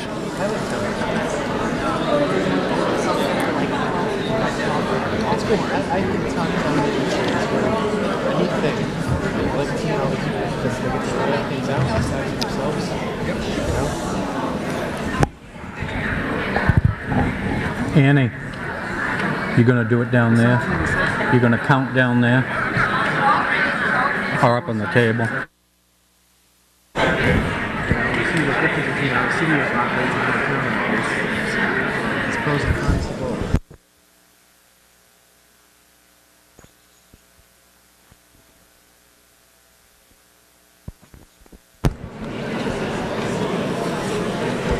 I see no one else coming forward with a ballot. Voting is closed, and the meeting is in recess until the ballots are counted, which should only be a few minutes, so you may wander, but not too far, chat with your neighbor, and we will be back in order momentarily.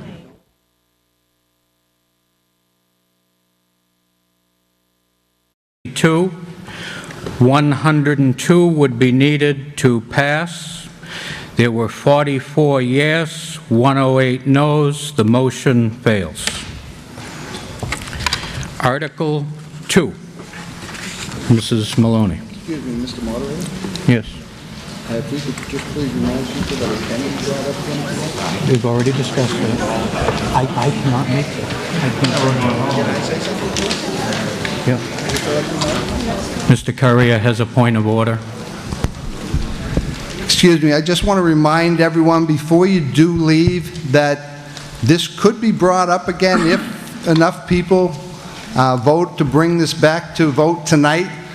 So if you want to make sure that your decision goes through tonight to the end, I suggest that you stay to the end of the meeting. However, I do remind you that for reconsideration, there must be new and compelling information, or it will not come up. Article 2, Selectman Maloney. Thank you, Mr. Moderator.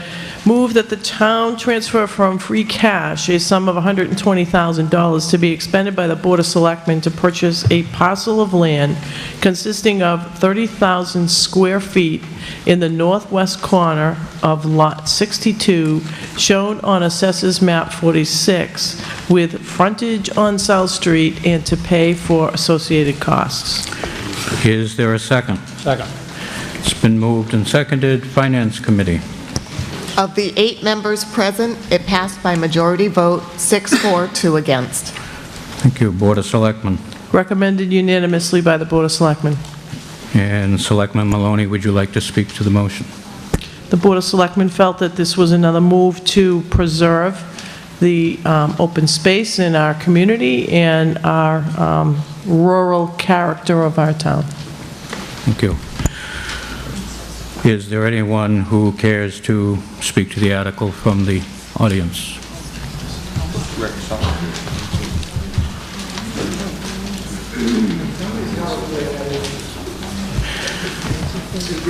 Would somebody describe the location, please? Sure, I'll help you with that. If you're traveling down South Street going toward Bridgewater, after you pass Bryant Street, there are a couple of homes after Bryant Street, and then that parcel of land is right after those homes on the left-hand side. Yes, right.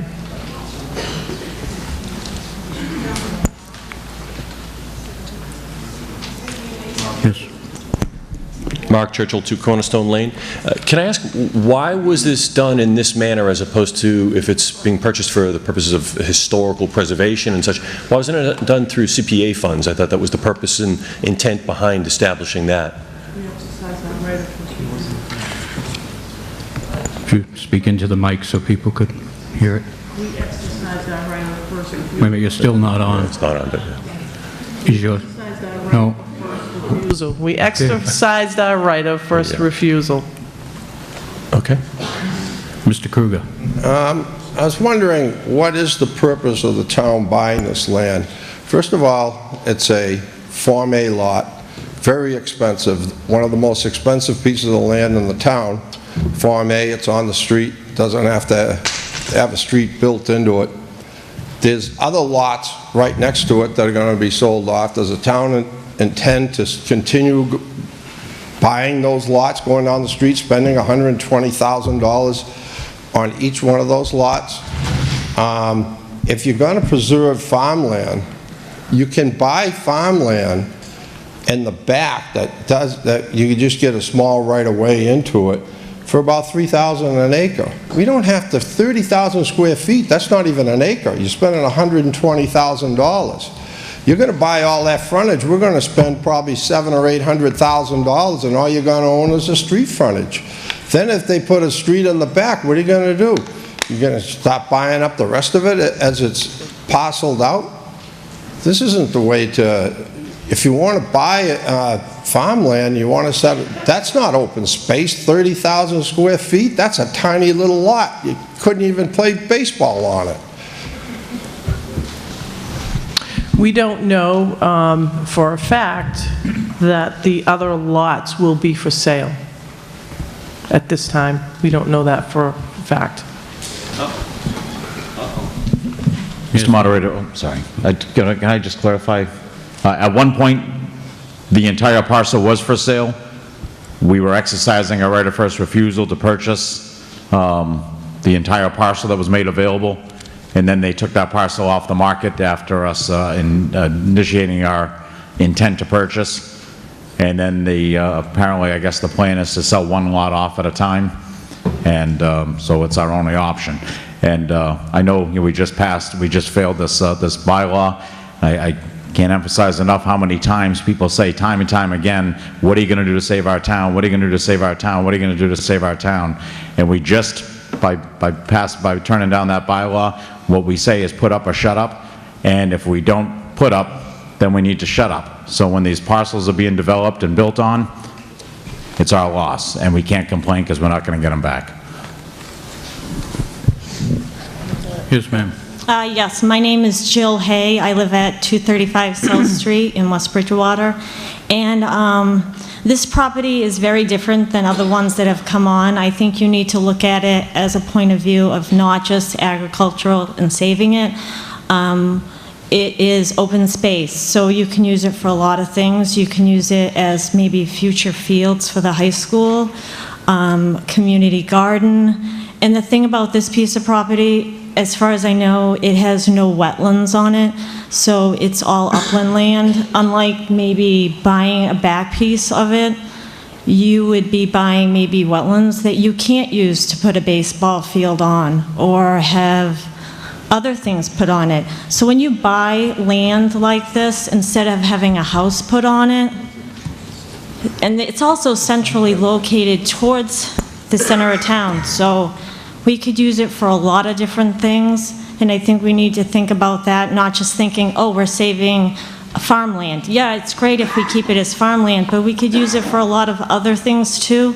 And I know as a parent that has a student at the high school, I think the town needs to think, now that you have a new high school, we need to think about maybe more room for fields and other things on. So that's just a point I wanted to bring up. Maybe just not as just open space that we don't use, but open space that we use for other recreational purposes. Thank you. Thank you. Yes, sir. My name's Jordan Ames. I live at 73 Thayer Ave. And with this plot of land, I'm working on a project where I'm actually going to build a basketball court in honor of Paul Chuli. And I was hoping that this land might be a possible location for that. I know for me, having a basketball court growing up in West Bridgewater was pretty important. And with the new school, there's no plans for a new basketball court. So that's why I thought this plot of land would be a suitable place for this project that I'm working on. Thank you. Mr. Kruger. This is where we get our new growth from. If we don't have new growth every year in the town, every time the police, the fire, the teachers, everybody gets a pay raise, cost of government goes up. If you don't have new growth and you take pieces of property like this off the tax rolls, now instead of getting a house that is going to be paying more taxes, we're going to get a piece of property that isn't going to pay any taxes.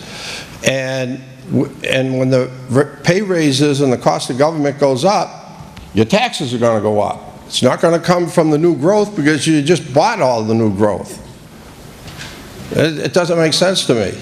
You're going to start buying up Form A lots in town. You're going to pay for this building.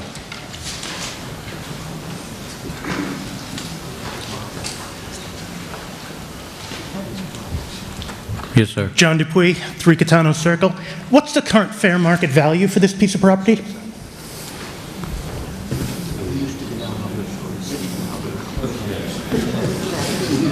Anyone have that? So you're asking us to write a blank check right now? You don't have a number? Mr. Gagnon. Thank you. I have my answer. The reality is that to answer the question, I don't know the number.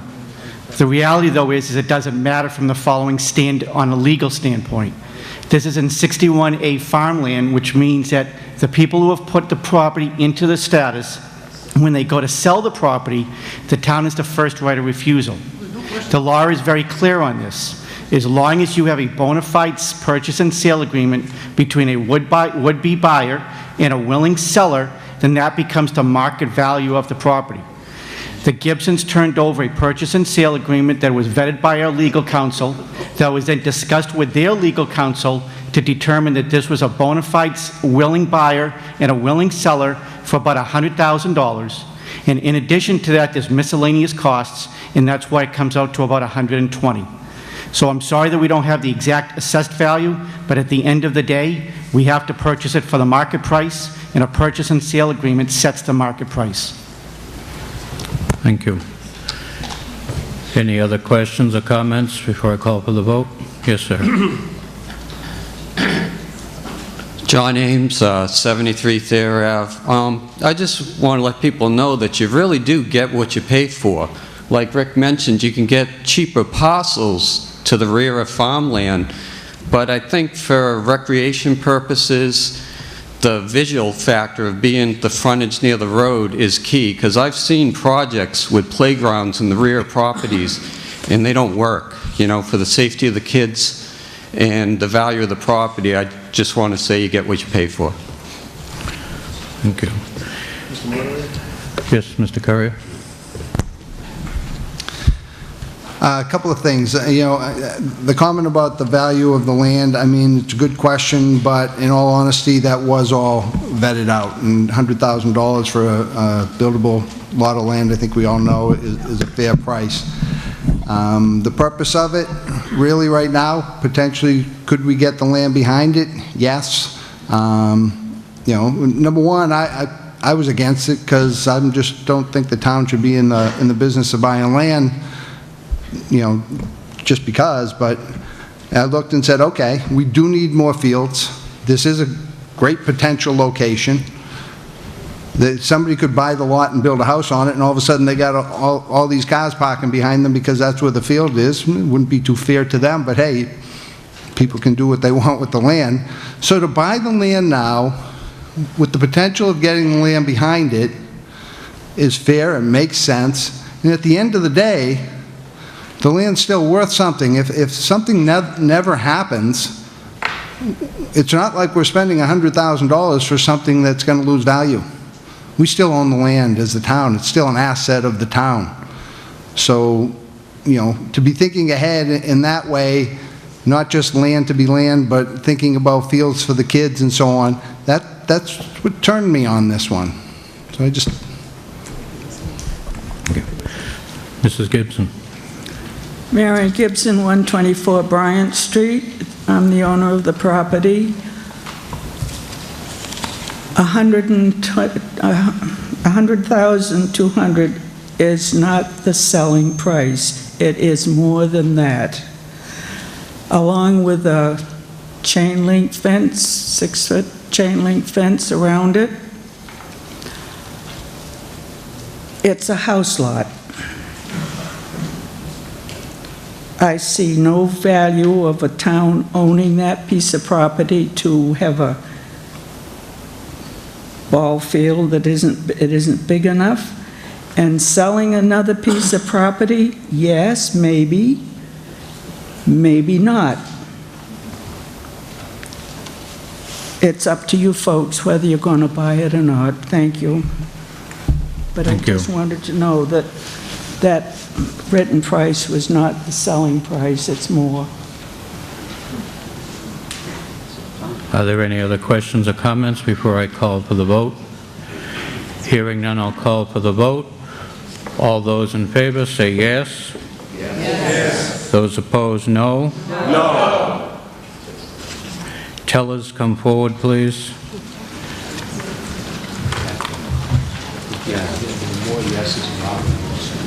Do a counted vote.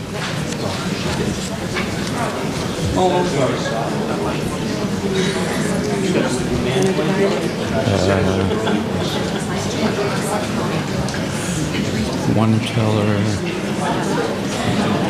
So one teller to this section. One can do the middle, and one can do the back. I'll just have one verify the middle and the back. Okay.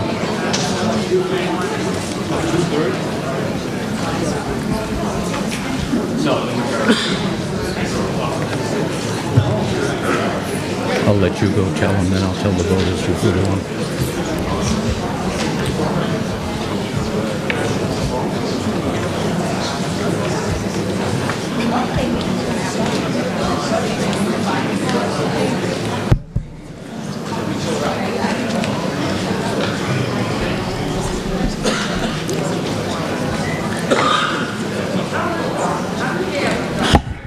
Annie. Oh, is she passing the ballots? No, just a count. All those.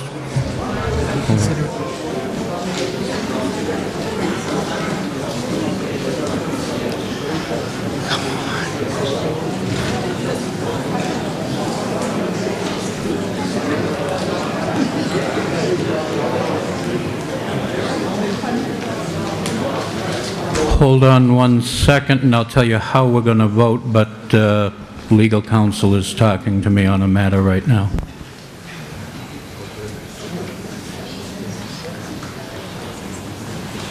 Maybe Marilyn knows.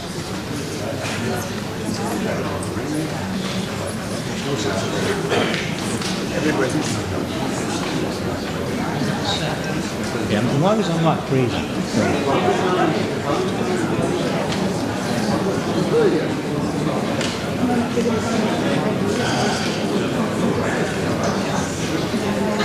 Have we ever done one of these before?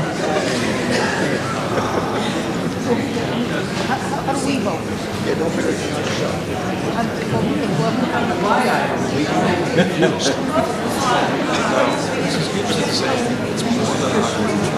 No, she's saying the purchase is 120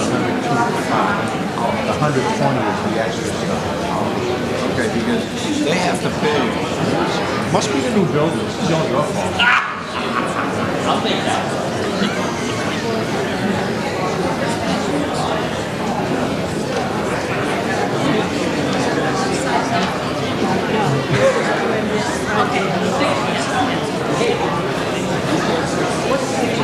The paint. Well, you got all these great new toys. You got nothing.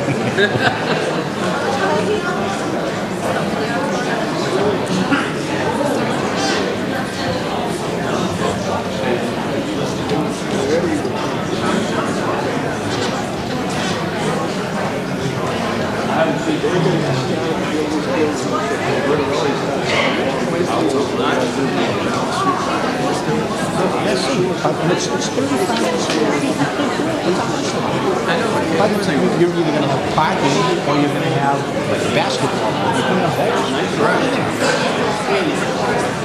both. So just yes, go down all the way. The guy in the finance room was saying, you know, always sell it. No, I was at the auction. Yeah, and we don't get good. You got to finance it. Okay. See if he answers my question before I ask him. Okay. First, if you're sitting in this section and you're a voter, you need to be over here because we're not counting that section because that was, or is the guest section. There has been a change from the town council in what we were originally told. This must be a 2/3 vote, not a majority vote. It will be a counted vote. The tellers will count the votes, so all those in favor, please raise your hand and keep it up until you've been counted. Hold up your green card.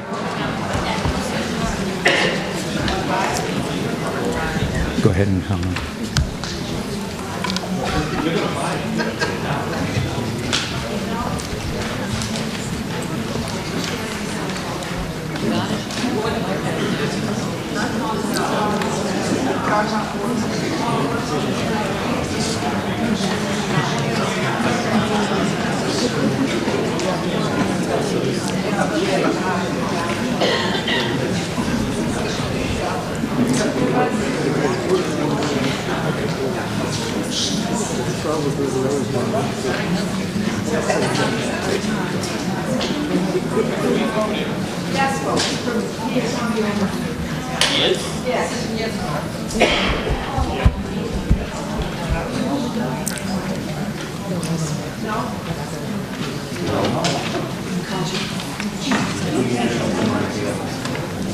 Said no, right?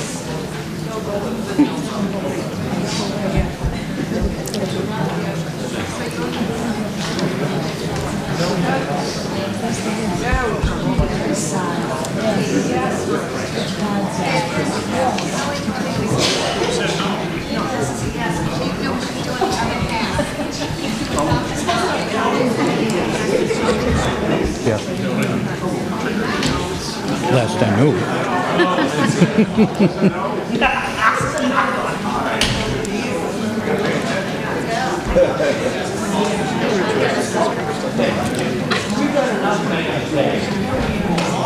Okay, the left section and center section, you can put your cards down. Yes?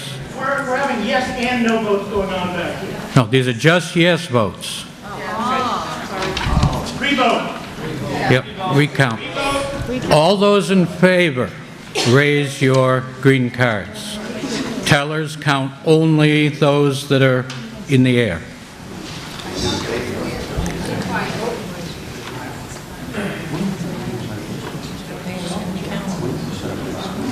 Did you recount? Okay.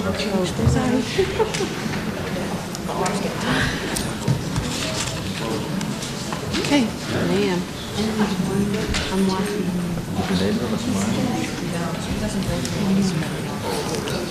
She must have voted Republican.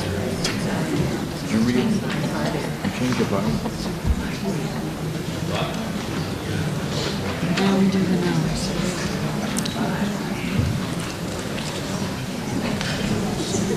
All the tellers set with the yes votes? All those voting no, raise your cards.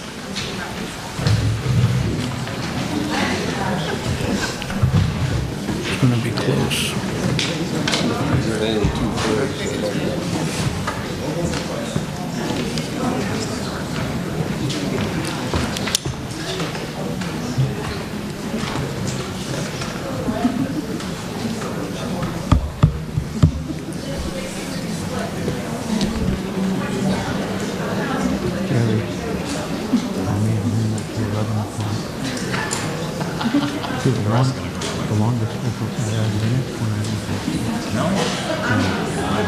Not from what I've heard.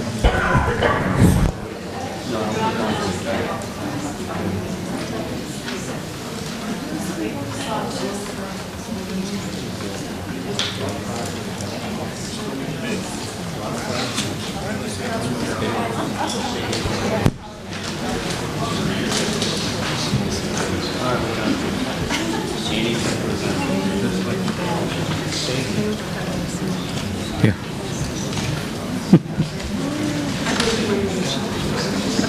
Smash my head.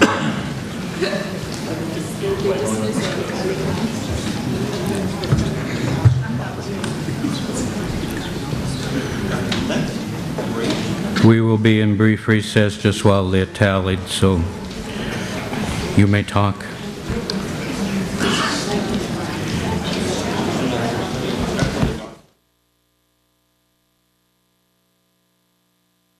Required 2/3. The total number of votes cast were 110. 74 needed to pass. There were 45 yes votes, 65 no votes. The motion fails. Article 3, Selectman Lawrence. Mr. Moderator, move that the town transfer from free cash a sum not to exceed $10,000 to be expended by the Board of Selectmen as the town's match for the Stanton Foundation grant to design and build a dog park under the direction of the Board of Selectmen. Is there a second? It's been moved and seconded. Finance Committee. Of the 8 members present, it passed unanimously. Board of Selectmen. Board of Selectmen recommend unanimously. Would you care to speak to the motion, Mr. Lawrence? The Stanton Foundation that the town was very fortunate to be working with that gave us Taser, our first police dog, also offers grants to communities, and this has kind of been I guess a dream of members of our office and staff to build a dog park.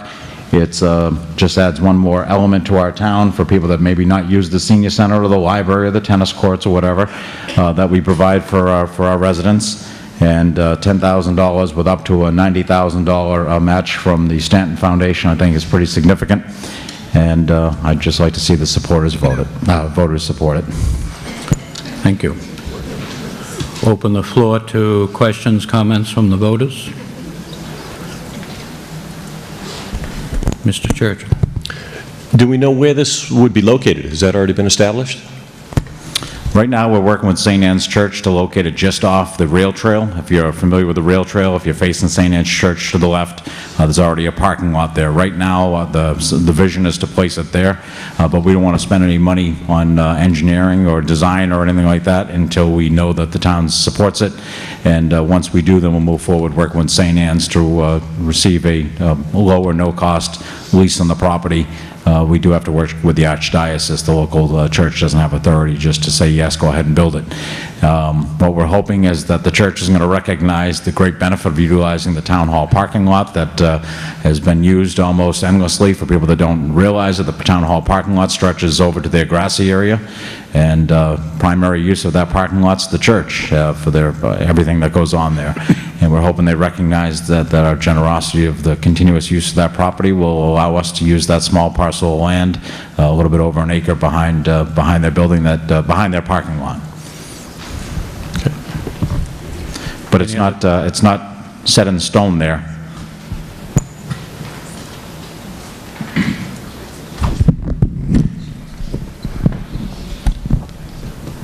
Mr. Moderator, Marion Leonard, 7 Highland Ave. Who's going to maintain this dog park once it's established, if it's established? We're going to assist a resident group organization to organize to maintain the park. And how's that going to work for you? We've been there before. So it'll be $10,000, which probably is like $1.50 per household a year. No, one time. $10,000 is a one-time expense. Up to $10,000. It's not guaranteed $10,000. Why a dog park? Volunteers got together. Listen, wait a minute. Volunteers got together and paid for and built Friendship Park. Now we're going to spend $10,000 on a dog park? Give me a break. No way. Well, Mrs. Leonard, we have a senior center for our seniors. We have tennis courts for our tennis players. We have a town park for people that want to walk in tranquility. We have a playground for children. Not everybody has a senior in their family. Not everybody has a kid in their family. Not everybody plays tennis. Not everybody wants to go to the library. It's an option. You don't have to go to it. I think it's a great option. No, actually, there are people that own dogs that'll go to the park. The dogs can't go alone. There's restrictions. Okay. Ms. Simpson. Linda Simpson, 160 Bryant Street. You say it's for the town residents, so does that mean out-of-towners can't come? Just like our playground and our ballparks and our town park, anyone can use it. Yes, ma'am. Hi, Denise Harvey-Vinskis, 18 Cornerstone Lane. The area that you're talking about, is that currently forested? Is it covered in trees? Would we be getting rid of forestry? It would be thinned out, but the large trees would all stay. From the tentative plan, again, until we actually receive town approval, we're not going to spend money and designing the actual plan, but it would be a wooded area. Yeah. I'd love to see a dog park, but I really don't want to see any more deforestation of our lands. The deer and the coyotes, they have nowhere to go. We agree, and one of the big things people have said is if you build a park, please have it a shaded park, because so often they're built out in the open, and people want a shaded park. Right. Thank you. Mr. Currier? Steve Currier, 125 Brooks Place. I think most of you know, I mean, when it comes to spending money, I can be pretty tight up here. We're talking, it's $10,000, so hey, you know what, if you're spending $1, I want to know what we're spending it on. This $10,000 is going to be backed up by $90,000, a grant that free and clear, and that's going to be the one-time spend. And the one thing I thought about this when they proposed it was, I look around, and a lot of the friends that I've made in town, I made because through things like YAA and Scouts, things that I had in common with other people in town. Well, not everybody has kids. Not everybody's old enough or wants to get down to the senior center. But, some people who are single or home alone, they got a dog, and they go someplace. And I just looked at this as, really an inexpensive way to have a place within our community to build the community. So people within town can get down there and, while their dogs make friends, they make friends. I just thought it was a nice opportunity to add some value to the town. Thank you. Yes, ma'am. Danielle Ross, 273 Crescent Street. I had a couple of questions. I don't have a dog. I have family in West Bridgewater that do have dogs, so I have a few concerns. My first concern is, will there be a problem with insurance or something if someone is bit on the property, if a dog, who's going to be held liable if someone gets bit? Actually, there's a law in Massachusetts and most states called the recreational use law, which makes the town exempt as long as you're using it in normal use. So if you're driving a car through the dog park and you get hurt, well, you're not supposed to be driving a car through the dog park. Not only that, we do have a blank policy, but from what we've met with council, it's covered under the recreational use law. So say if you're walking through the town park and you trip on a tree or a branch falls on you, town's not liable. You can't come after a municipality or even a church that has open property for free use. Now, if it's a park that's you're being charged to go into, those laws no longer apply. But as long as it's a free park that's open for use, then those laws kick in place and town's not liable. Thank you. Thank you. Any other questions or comments? Thank you, Mr. Moderator. My name is Mallory Aaronstein. I live in Easton, but I work in the Board of Selectmen's office. I wanted to address Ms. Leonard's question about maintenance. This grant comes with a built-in maintenance plan, I'll call it. For the first 3 years, you get 5% of your total cost for maintenance specifically. Thank you. Thank you. Ms. Simpson? Linda Simpson, 160 Bryant Street. I'm a member of the Board of Health, and we run a rabies clinic once a year. We've had dogs that come to that, and we've had dogs that have attacked. And who is going to monitor at the dog park if everybody's had their rabies vaccine, if they've had a kennel cough vaccine? And what happens if there's an aggressive dog? We've had it happen just at the rabies clinic, which is only 1 hour for dogs. Say it's the same thing as if you have an aggressive kid using the playground, Linda. The owner. Well, how about the vaccines? The owner's responsible. If you have a dog that's licensed, it's supposed to be vaccinated. But anybody could come in that isn't. Correct. If you utilize dog parks, you'll find that most dog parks are highly, highly monitored, self-monitored, and very well respected with dog owners. And if you read the blogs of some of the other dog parks, like in Randolph and stuff, people say they're dirty. I disagree. The feces. So, I don't see it. Any other questions or comments before I call for the vote? Yes. My name is Jenny Mather, and I'm not sure if I'm allowed to speak. I was told I'm not allowed to speak, so I'm just asking permission, but I've seen other people from other towns speak. I'll allow it. So I'm from Easton, but I have roots in Brockton as well, and I've also been the animal control officer in town for 13 years. And I've also been at those rabies clinics, and actually I volunteered at them for the last 9 years. And yes, there's been problems, and we've worked them out. I have a dream of a dog park, and I think it's a great idea. However, my vision of a dog park is a little bit different. It's a monitored dog park where you do have to check vaccines, where there is responsibility, because asking owners to just leave it upon themselves leads to the innocent person who does come with vaccines to not to just trust the other person with vaccines. And the problem with that is that if a dog bites another dog and is not vaccinated with a rabies vaccine, then that dog is quarantined. And that's a big problem for that owner. The other thing is that with dogs, when there's a dog fight, there's reverted aggression. When the owners come in to help separate the dogs, those dogs, just like two guys in a bar fight, turn around and bite anything that's near them. I deal with almost 150 dogs a day, literally, because I run dog groups. I feel that dog parks that are constructed should be regulated by attendants that have experience and also can ask someone to leave if something gets out of control. If you just leave it to the person who's uneducated and doesn't know about body language, then they don't know that something's about to erupt until it's too late and it has erupted and there's a problem. I think that this should be supported and that it should get passed through, but I also think that when the town is thinking about doing a dog park, they should consider the citizens of West Bridgewater and what they're providing to them. Are they actually providing a safe place for them to go make friends?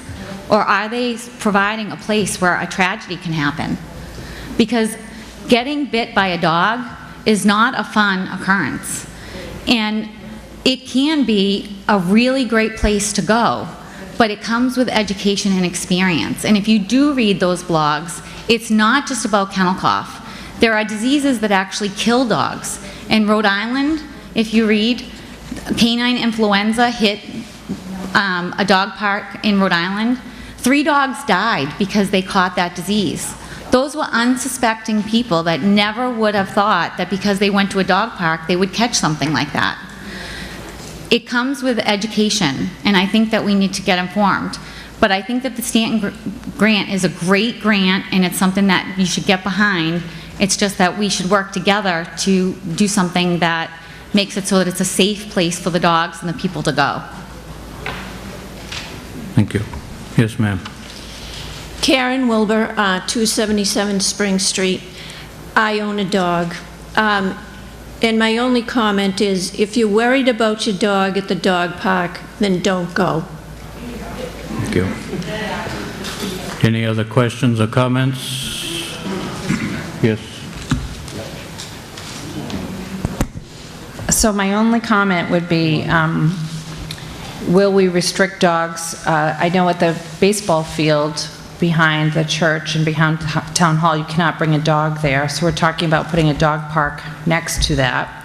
And then the other part that I wanted to say was, you know, I do take my kids for a walk down at War Memorial Park, and it's always navigating the dog landmines down there. So will we be restricting dogs from the other public parks in town if we have a dog park? Because many people aren't considerate and don't pick up after the dogs. And when you want to walk your families down there and you have to clean the kids' feet off before they get in the car, it's not very pleasant. Yes, sir. Pat Galligan, 245 South Street. Yeah, the dog park, I don't have a dog at the moment. I think it's like anything else. You're going into an area, whether it's you're bringing your kids or you're going swimming or in a pool. If there's a sign that states what you're supposed to do, if there's no lifeguard on duty, you just have posted that you clean up after your animal, and you're entering a dog park, and you're required to have your dog licensed, either on a leash, or have your vet bill and everything paid up. That's the requirements of using the dog park. So, no, there won't be a monitor. I mean, you monitor your own animal. But, common sense. Yes, ma'am. Denise Finskus again. I just want to say one more thing. As far as regulating the dog park and thinking that you're going to have every dog immunized and up to date on everything, we can't get humans up to date on their influenza vaccines.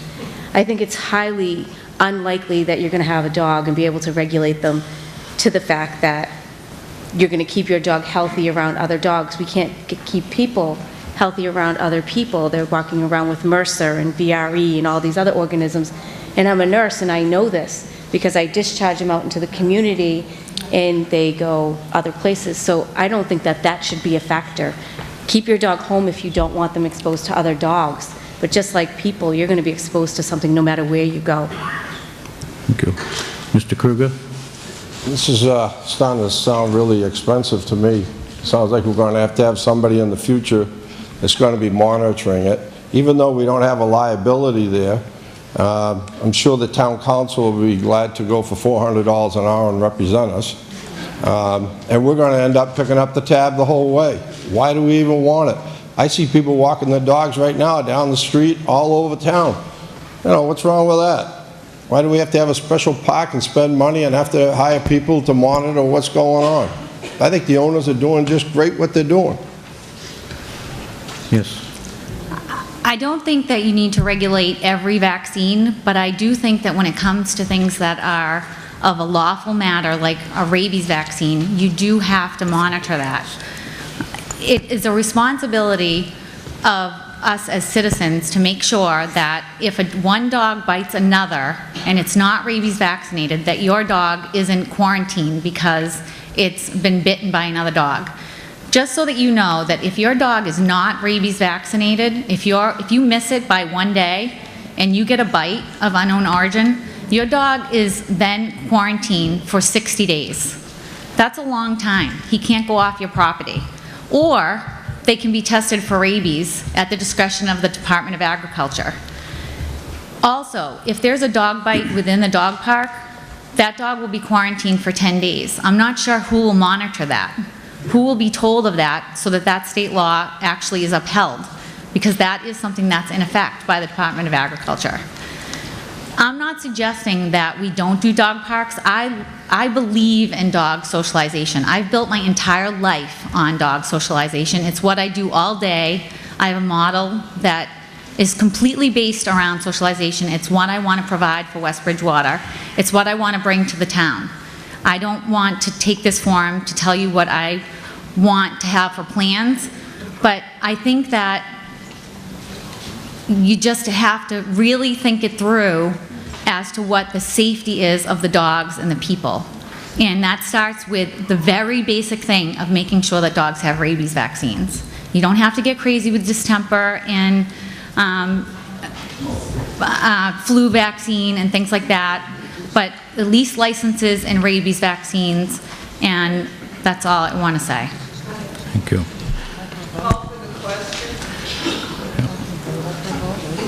You have to come to a microphone, but I don't see anyone else approaching to make any other questions or comments, so I will call for the vote.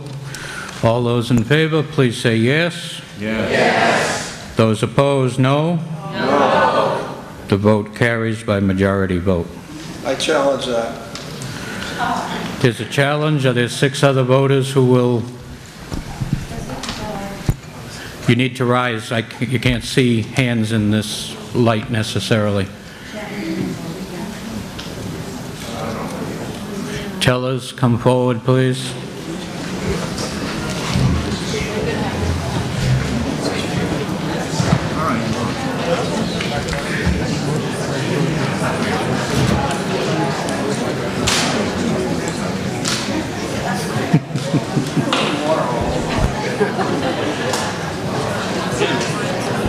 Mr. Moderator, it's a spending article, correct? Yes. Isn't that a 2/3 vote, not a majority? No. Okay. It's not a borrowing article.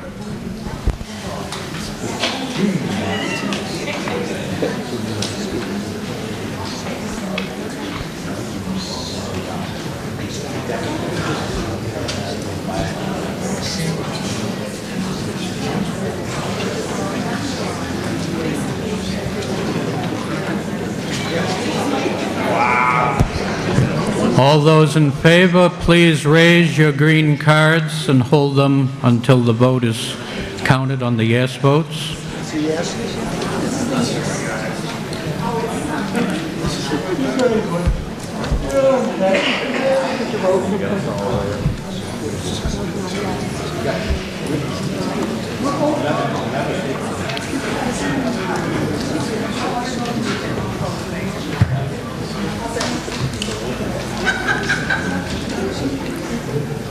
Okay, center section, you can put them down.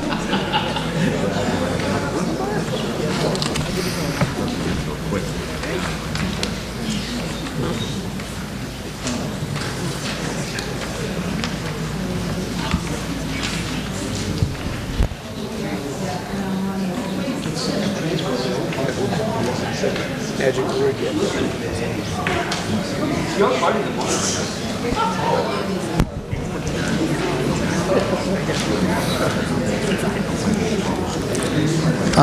Mr. Moderator, the article says, raise and appropriate, transfer from available funds, or borrow. That's the article. The motion is not a borrowing motion. Okay. The motion is the transfer from free cash.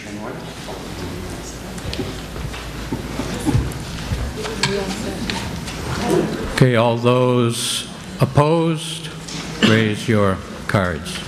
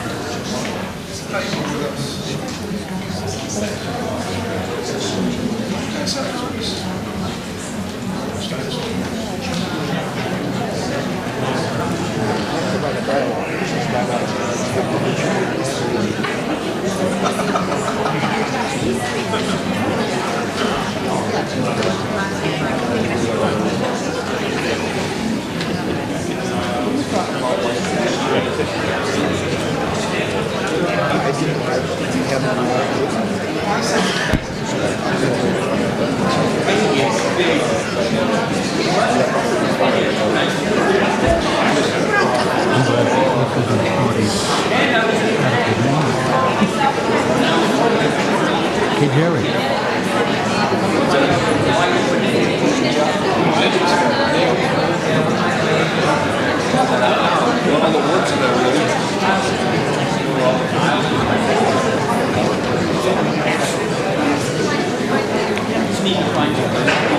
Are they all set?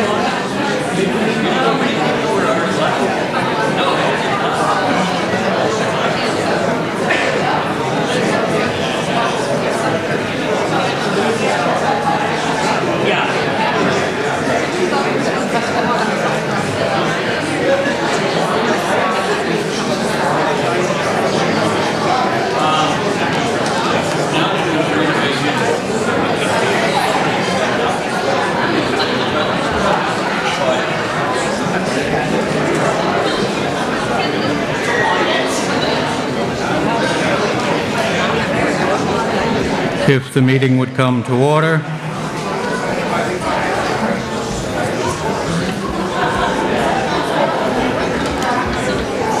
Come to order, please.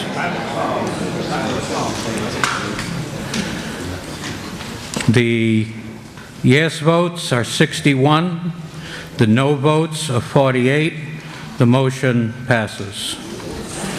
And thank you for my annual hearing test. And it is in a different space, so now I know how the acoustics work. Article 4, Selectman Marrera. Yes, I move that the town transfer from free cash a sum of $130,000 to be expended by the Board of Selectmen to conduct a design study for installing a traffic signal at East and Center Street. Is there a second? It's been moved and seconded. Finance Committee. Of the 8 members present, it was recommended unanimously. Selectman, Board of Selectmen. Unanimous vote by the Board of Selectmen. And would you like to speak to the motion? Yes. This is an intersection that we've had a fatality, and I sit on that Department of Transportation board up in Brockton, and we're trying to get some of these intersections and get the traffic lights. It's almost like what happened up on Manley Street and 106, where we needed a light up there, and it just took almost an act of Congress. We had the Business Association at that time. They come up with money for the engineering, and we moved it along. And this year, we want to go along that same lines. If the town, brings in the, and it's part of the expenses for the design and the engineering, and we hope to move this thing along.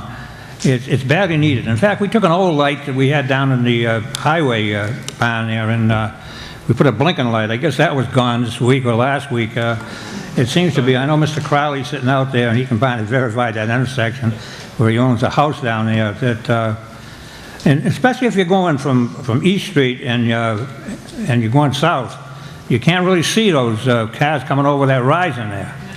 And before there's another fatality down there, we certainly would like to get moving on this, and I'm doing all I can sitting on that board up there, because I not only represent, West Bridgewater, I represent the area and all this highway stuff, and of course I'm frustrated what's happening in the center of town now. There, we call up quite often there, and finally we're going to make some headway there.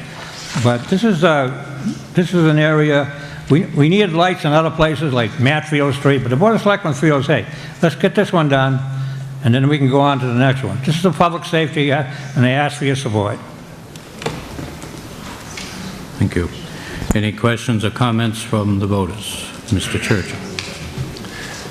Comment I just want to make is that I used to live on that corner, and I can't count the number of times that we had accidents there. It's just abominable. As you indicated, it's extraordinarily difficult to see in some instances coming around that corner. My oldest daughter is an inexperienced driver when she was younger, was in an accident at that spot. And as you indicated, we have had a fatality there. I'm in favor of this. I'll support it. I'll vote for it. What has me boggled is I don't understand. I'm fairly certain that we have had studies on this in the past, and I don't understand what happened with those studies. We vote for money to have a study done, and then nothing happens. Why do we need to do another study if we've already got a study that says, if it says, that we should have a light there? Why don't we just save the money and put it towards the expense? Right. There's been traffic studies there, but not engineering design. And what we're trying to do is we're trying to go after state or federal money to install the lights. A set of lights there is probably going to cost around $600,000 to $700,000 on a good day. And so what we're trying to do is get a foot in the door so that the state says, oh, look, West Bridgewater's ready to go. We have, we're going to fund a set of lights for them, and that's what we're hoping for. But there's been traffic studies before. At times, we've taken some steps to try to improve the intersection locally, but the actual engineering is what the money will be there for, to study the intersection and the actual lights that will be needed for that intersection. Any more questions or comments? Hearing none, I'll call for the vote. All those in favor, please say yes. Yes. Those opposed, no. The motion carries unanimously. Article 5, Selectman Lawrence. Mr. Moderator, move that the town petition our legislators to approve legislation that would modify the application of Section 17 of Chapter 138 of the Mass General Law by providing for 2 additional liquor licenses to the town of West Bridgewater as specified on the warrant. Is there a second? It's been moved and seconded. Finance Committee? Of the 8 members present, it was recommended unanimously. Board of Selectmen? Selectmen recommend unanimously. And would you care to speak to the motion? Mr. Moderator, what we're attempting to do, just like we had done up on Lincoln Street when that was going to be developed, is we'd like to get 2 licenses that would be designated specifically for what most of us know as the Brockton Southside Plaza. This is where Shaw's was. That area is in great decline. That plaza is pretty much empty. One more tenant's moving. They're staying local, but that plaza is pretty much going to be empty. And what we'd like to do is get 2 liquor licenses to designate to that area, and they would be specifically have to be used in that area, in that plaza. One would be a full sit-down restaurant license, full-service sit-down restaurant, and the other would be a liquor license. And our hopes are obviously that we bring some money from Brockton and help revamp that plaza. There's very little we can do with to help the developer that owns that land other than possibly this, and it doesn't cost the town anything. Thank you. Any questions or comments from the voters? Hearing none, I'll call for the vote. All those in favor, please say yes. Yes. Those opposed, no. No. Motion carries by majority vote. Article 6, Mr. Hurley.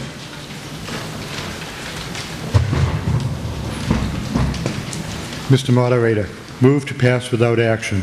Is there a second? It's been moved and seconded. Any questions or comments? Hearing none, I'll call for the vote. All those in favor to pass without action, say yes. Yes. Those opposed, no. It is unanimous. Article number 7, Mr. Hurley. Mr. Moderator, move to pass without action. Is there a second? Moved and seconded. Any questions or comments? Hearing none, I'll call for the vote. All those in favor say yes. Yes. Those opposed, no. It is passed unanimously. Article number 8, Mr. Hurley. Mr. Moderator, move to pass without action. Is there a second? It's been moved and seconded. Any questions or comments? Hearing none, all those in favor say yes. Yes. Those opposed, no. Passes unanimously. Article number 9, Mr. Hurley. Mr. Moderator, move that the town transfer $220,000 previously appropriated under Article 32 of the warrant at the 2014 annual town meeting held on June 9th, 2014, which sum was initially authorized to paint the 5 million gallon tank located at Spring Street to be reallocated to pay costs for painting the Sunset Avenue tank as permitted by the provisions of Chapter 44, Section 20 of the general laws. Is there a second? It's been moved and seconded. Finance Committee. Of the 8 members present, it was recommended unanimously. Board of Selectmen. Recommended unanimously by the Board of Selectmen. Would you care to speak to it, Mr. Hurley? What we have is 2 tanks up there, the 5 million gallon and the 500,000 gallon tank. We had originally were painting the 5 million gallon tank. That's what the money is left over. And we found that in the process that we really needed the 500,000 gallon tank also. So what we're doing is we're taking the leftover money and just moving it over to the other tank. And we've already run into a couple of problems that weren't anticipated, or they thought they might be anticipated, but we do have some problems. So it's a good thing to have this extra money so that we can use it on the 500,000 gallon tank. And because it was originally allocated for painting the tanks, we've been told we got to keep it in that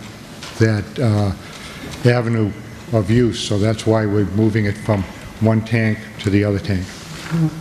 Thank you. Any questions or comments? Hearing none, I'll call for the vote. All those in favor, please say yes. Yes. Those opposed, no. The motion passes unanimously. At this time, for Article 10, I am going to turn the moderator's podium over to our town clerk, Anna Anatelli, since I am presenting this motion as town moderator.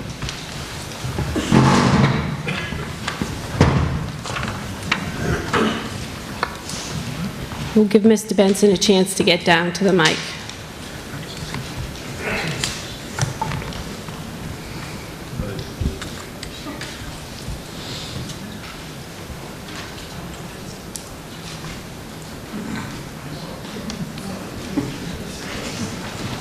Article 10, Mr. Benson.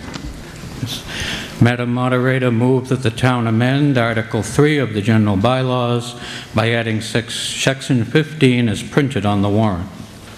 Move. Do I have a second? Second. It's been seconded. You want to speak to it?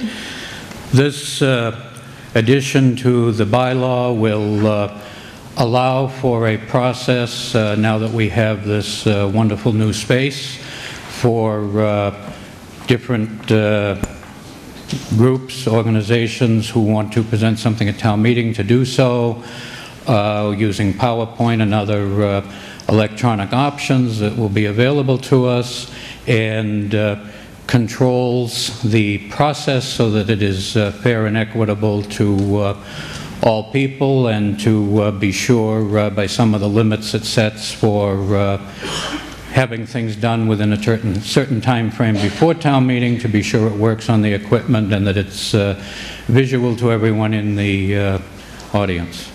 Okay, and the Finance Committee's recommendation? Of the 8 members present, we unanimously voted to refer to voters. The Board of Selectmen? Recommended unanimously by the Board of Selectmen. Are there any questions? Come to the mic.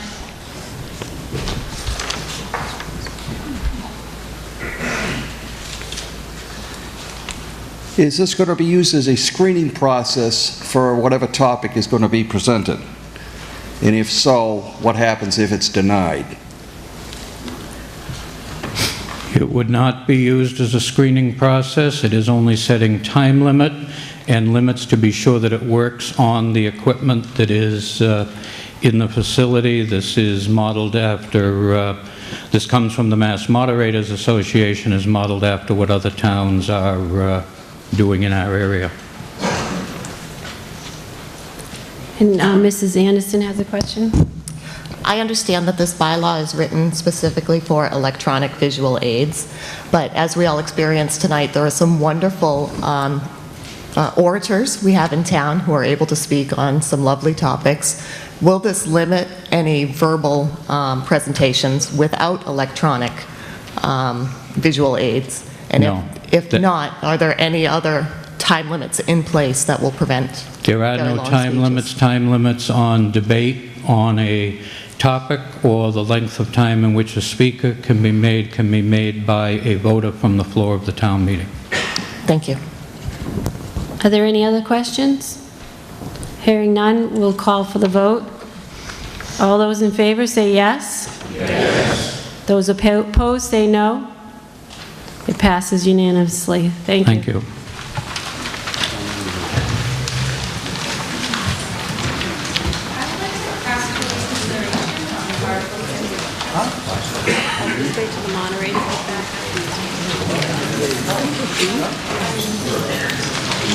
Yes, Article 2. Hi, Denise Vinskus again. I would just like to ask everybody to kind of think about voting down this purchase of this land. If this land is sold to somebody, to a private... Hold it. I'm sorry. I haven't recognized you, and I have sorry. conversation going on all around me here. Sorry.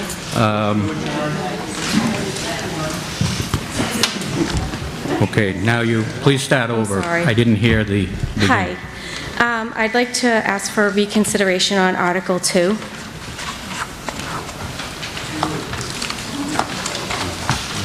For what purpose? I'm not sure that everybody fully understands the impact that the town not purchasing this land might have on our community. Okay. Do you have any new information, evidence that hasn't been presented in the debate on the floor? If not, I have to deny the reconsideration. Well, my question, I guess can I ask a question? Yeah. Is that with the size of this property, is it possible that a road could be then put in from South Street to establish a new road where the rest of the land could be sold off as individual housing and/or a larger 403B housing development at the discretion of, I don't know who regulates these things, but is this a significant thing that we should be considering when we think about the town purchasing the land? Because if we purchase that land, then the building of another housing development and increasing our town census. The total parcel's a little bit over 26 acres, and just under, sorry. And the original proposal that came to us was to break off numerous lots on the front, on the street front.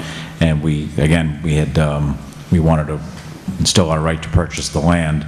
You know, obviously, we'd love it just to stay a farm forever. If we knew it was going to stay a farm forever, we could get a farming restriction on it, we wouldn't be here. We'd love the family that owns it to continue farming it and own it. That's not possible. So we did attempt to buy all the lots, and then somehow they backtracked.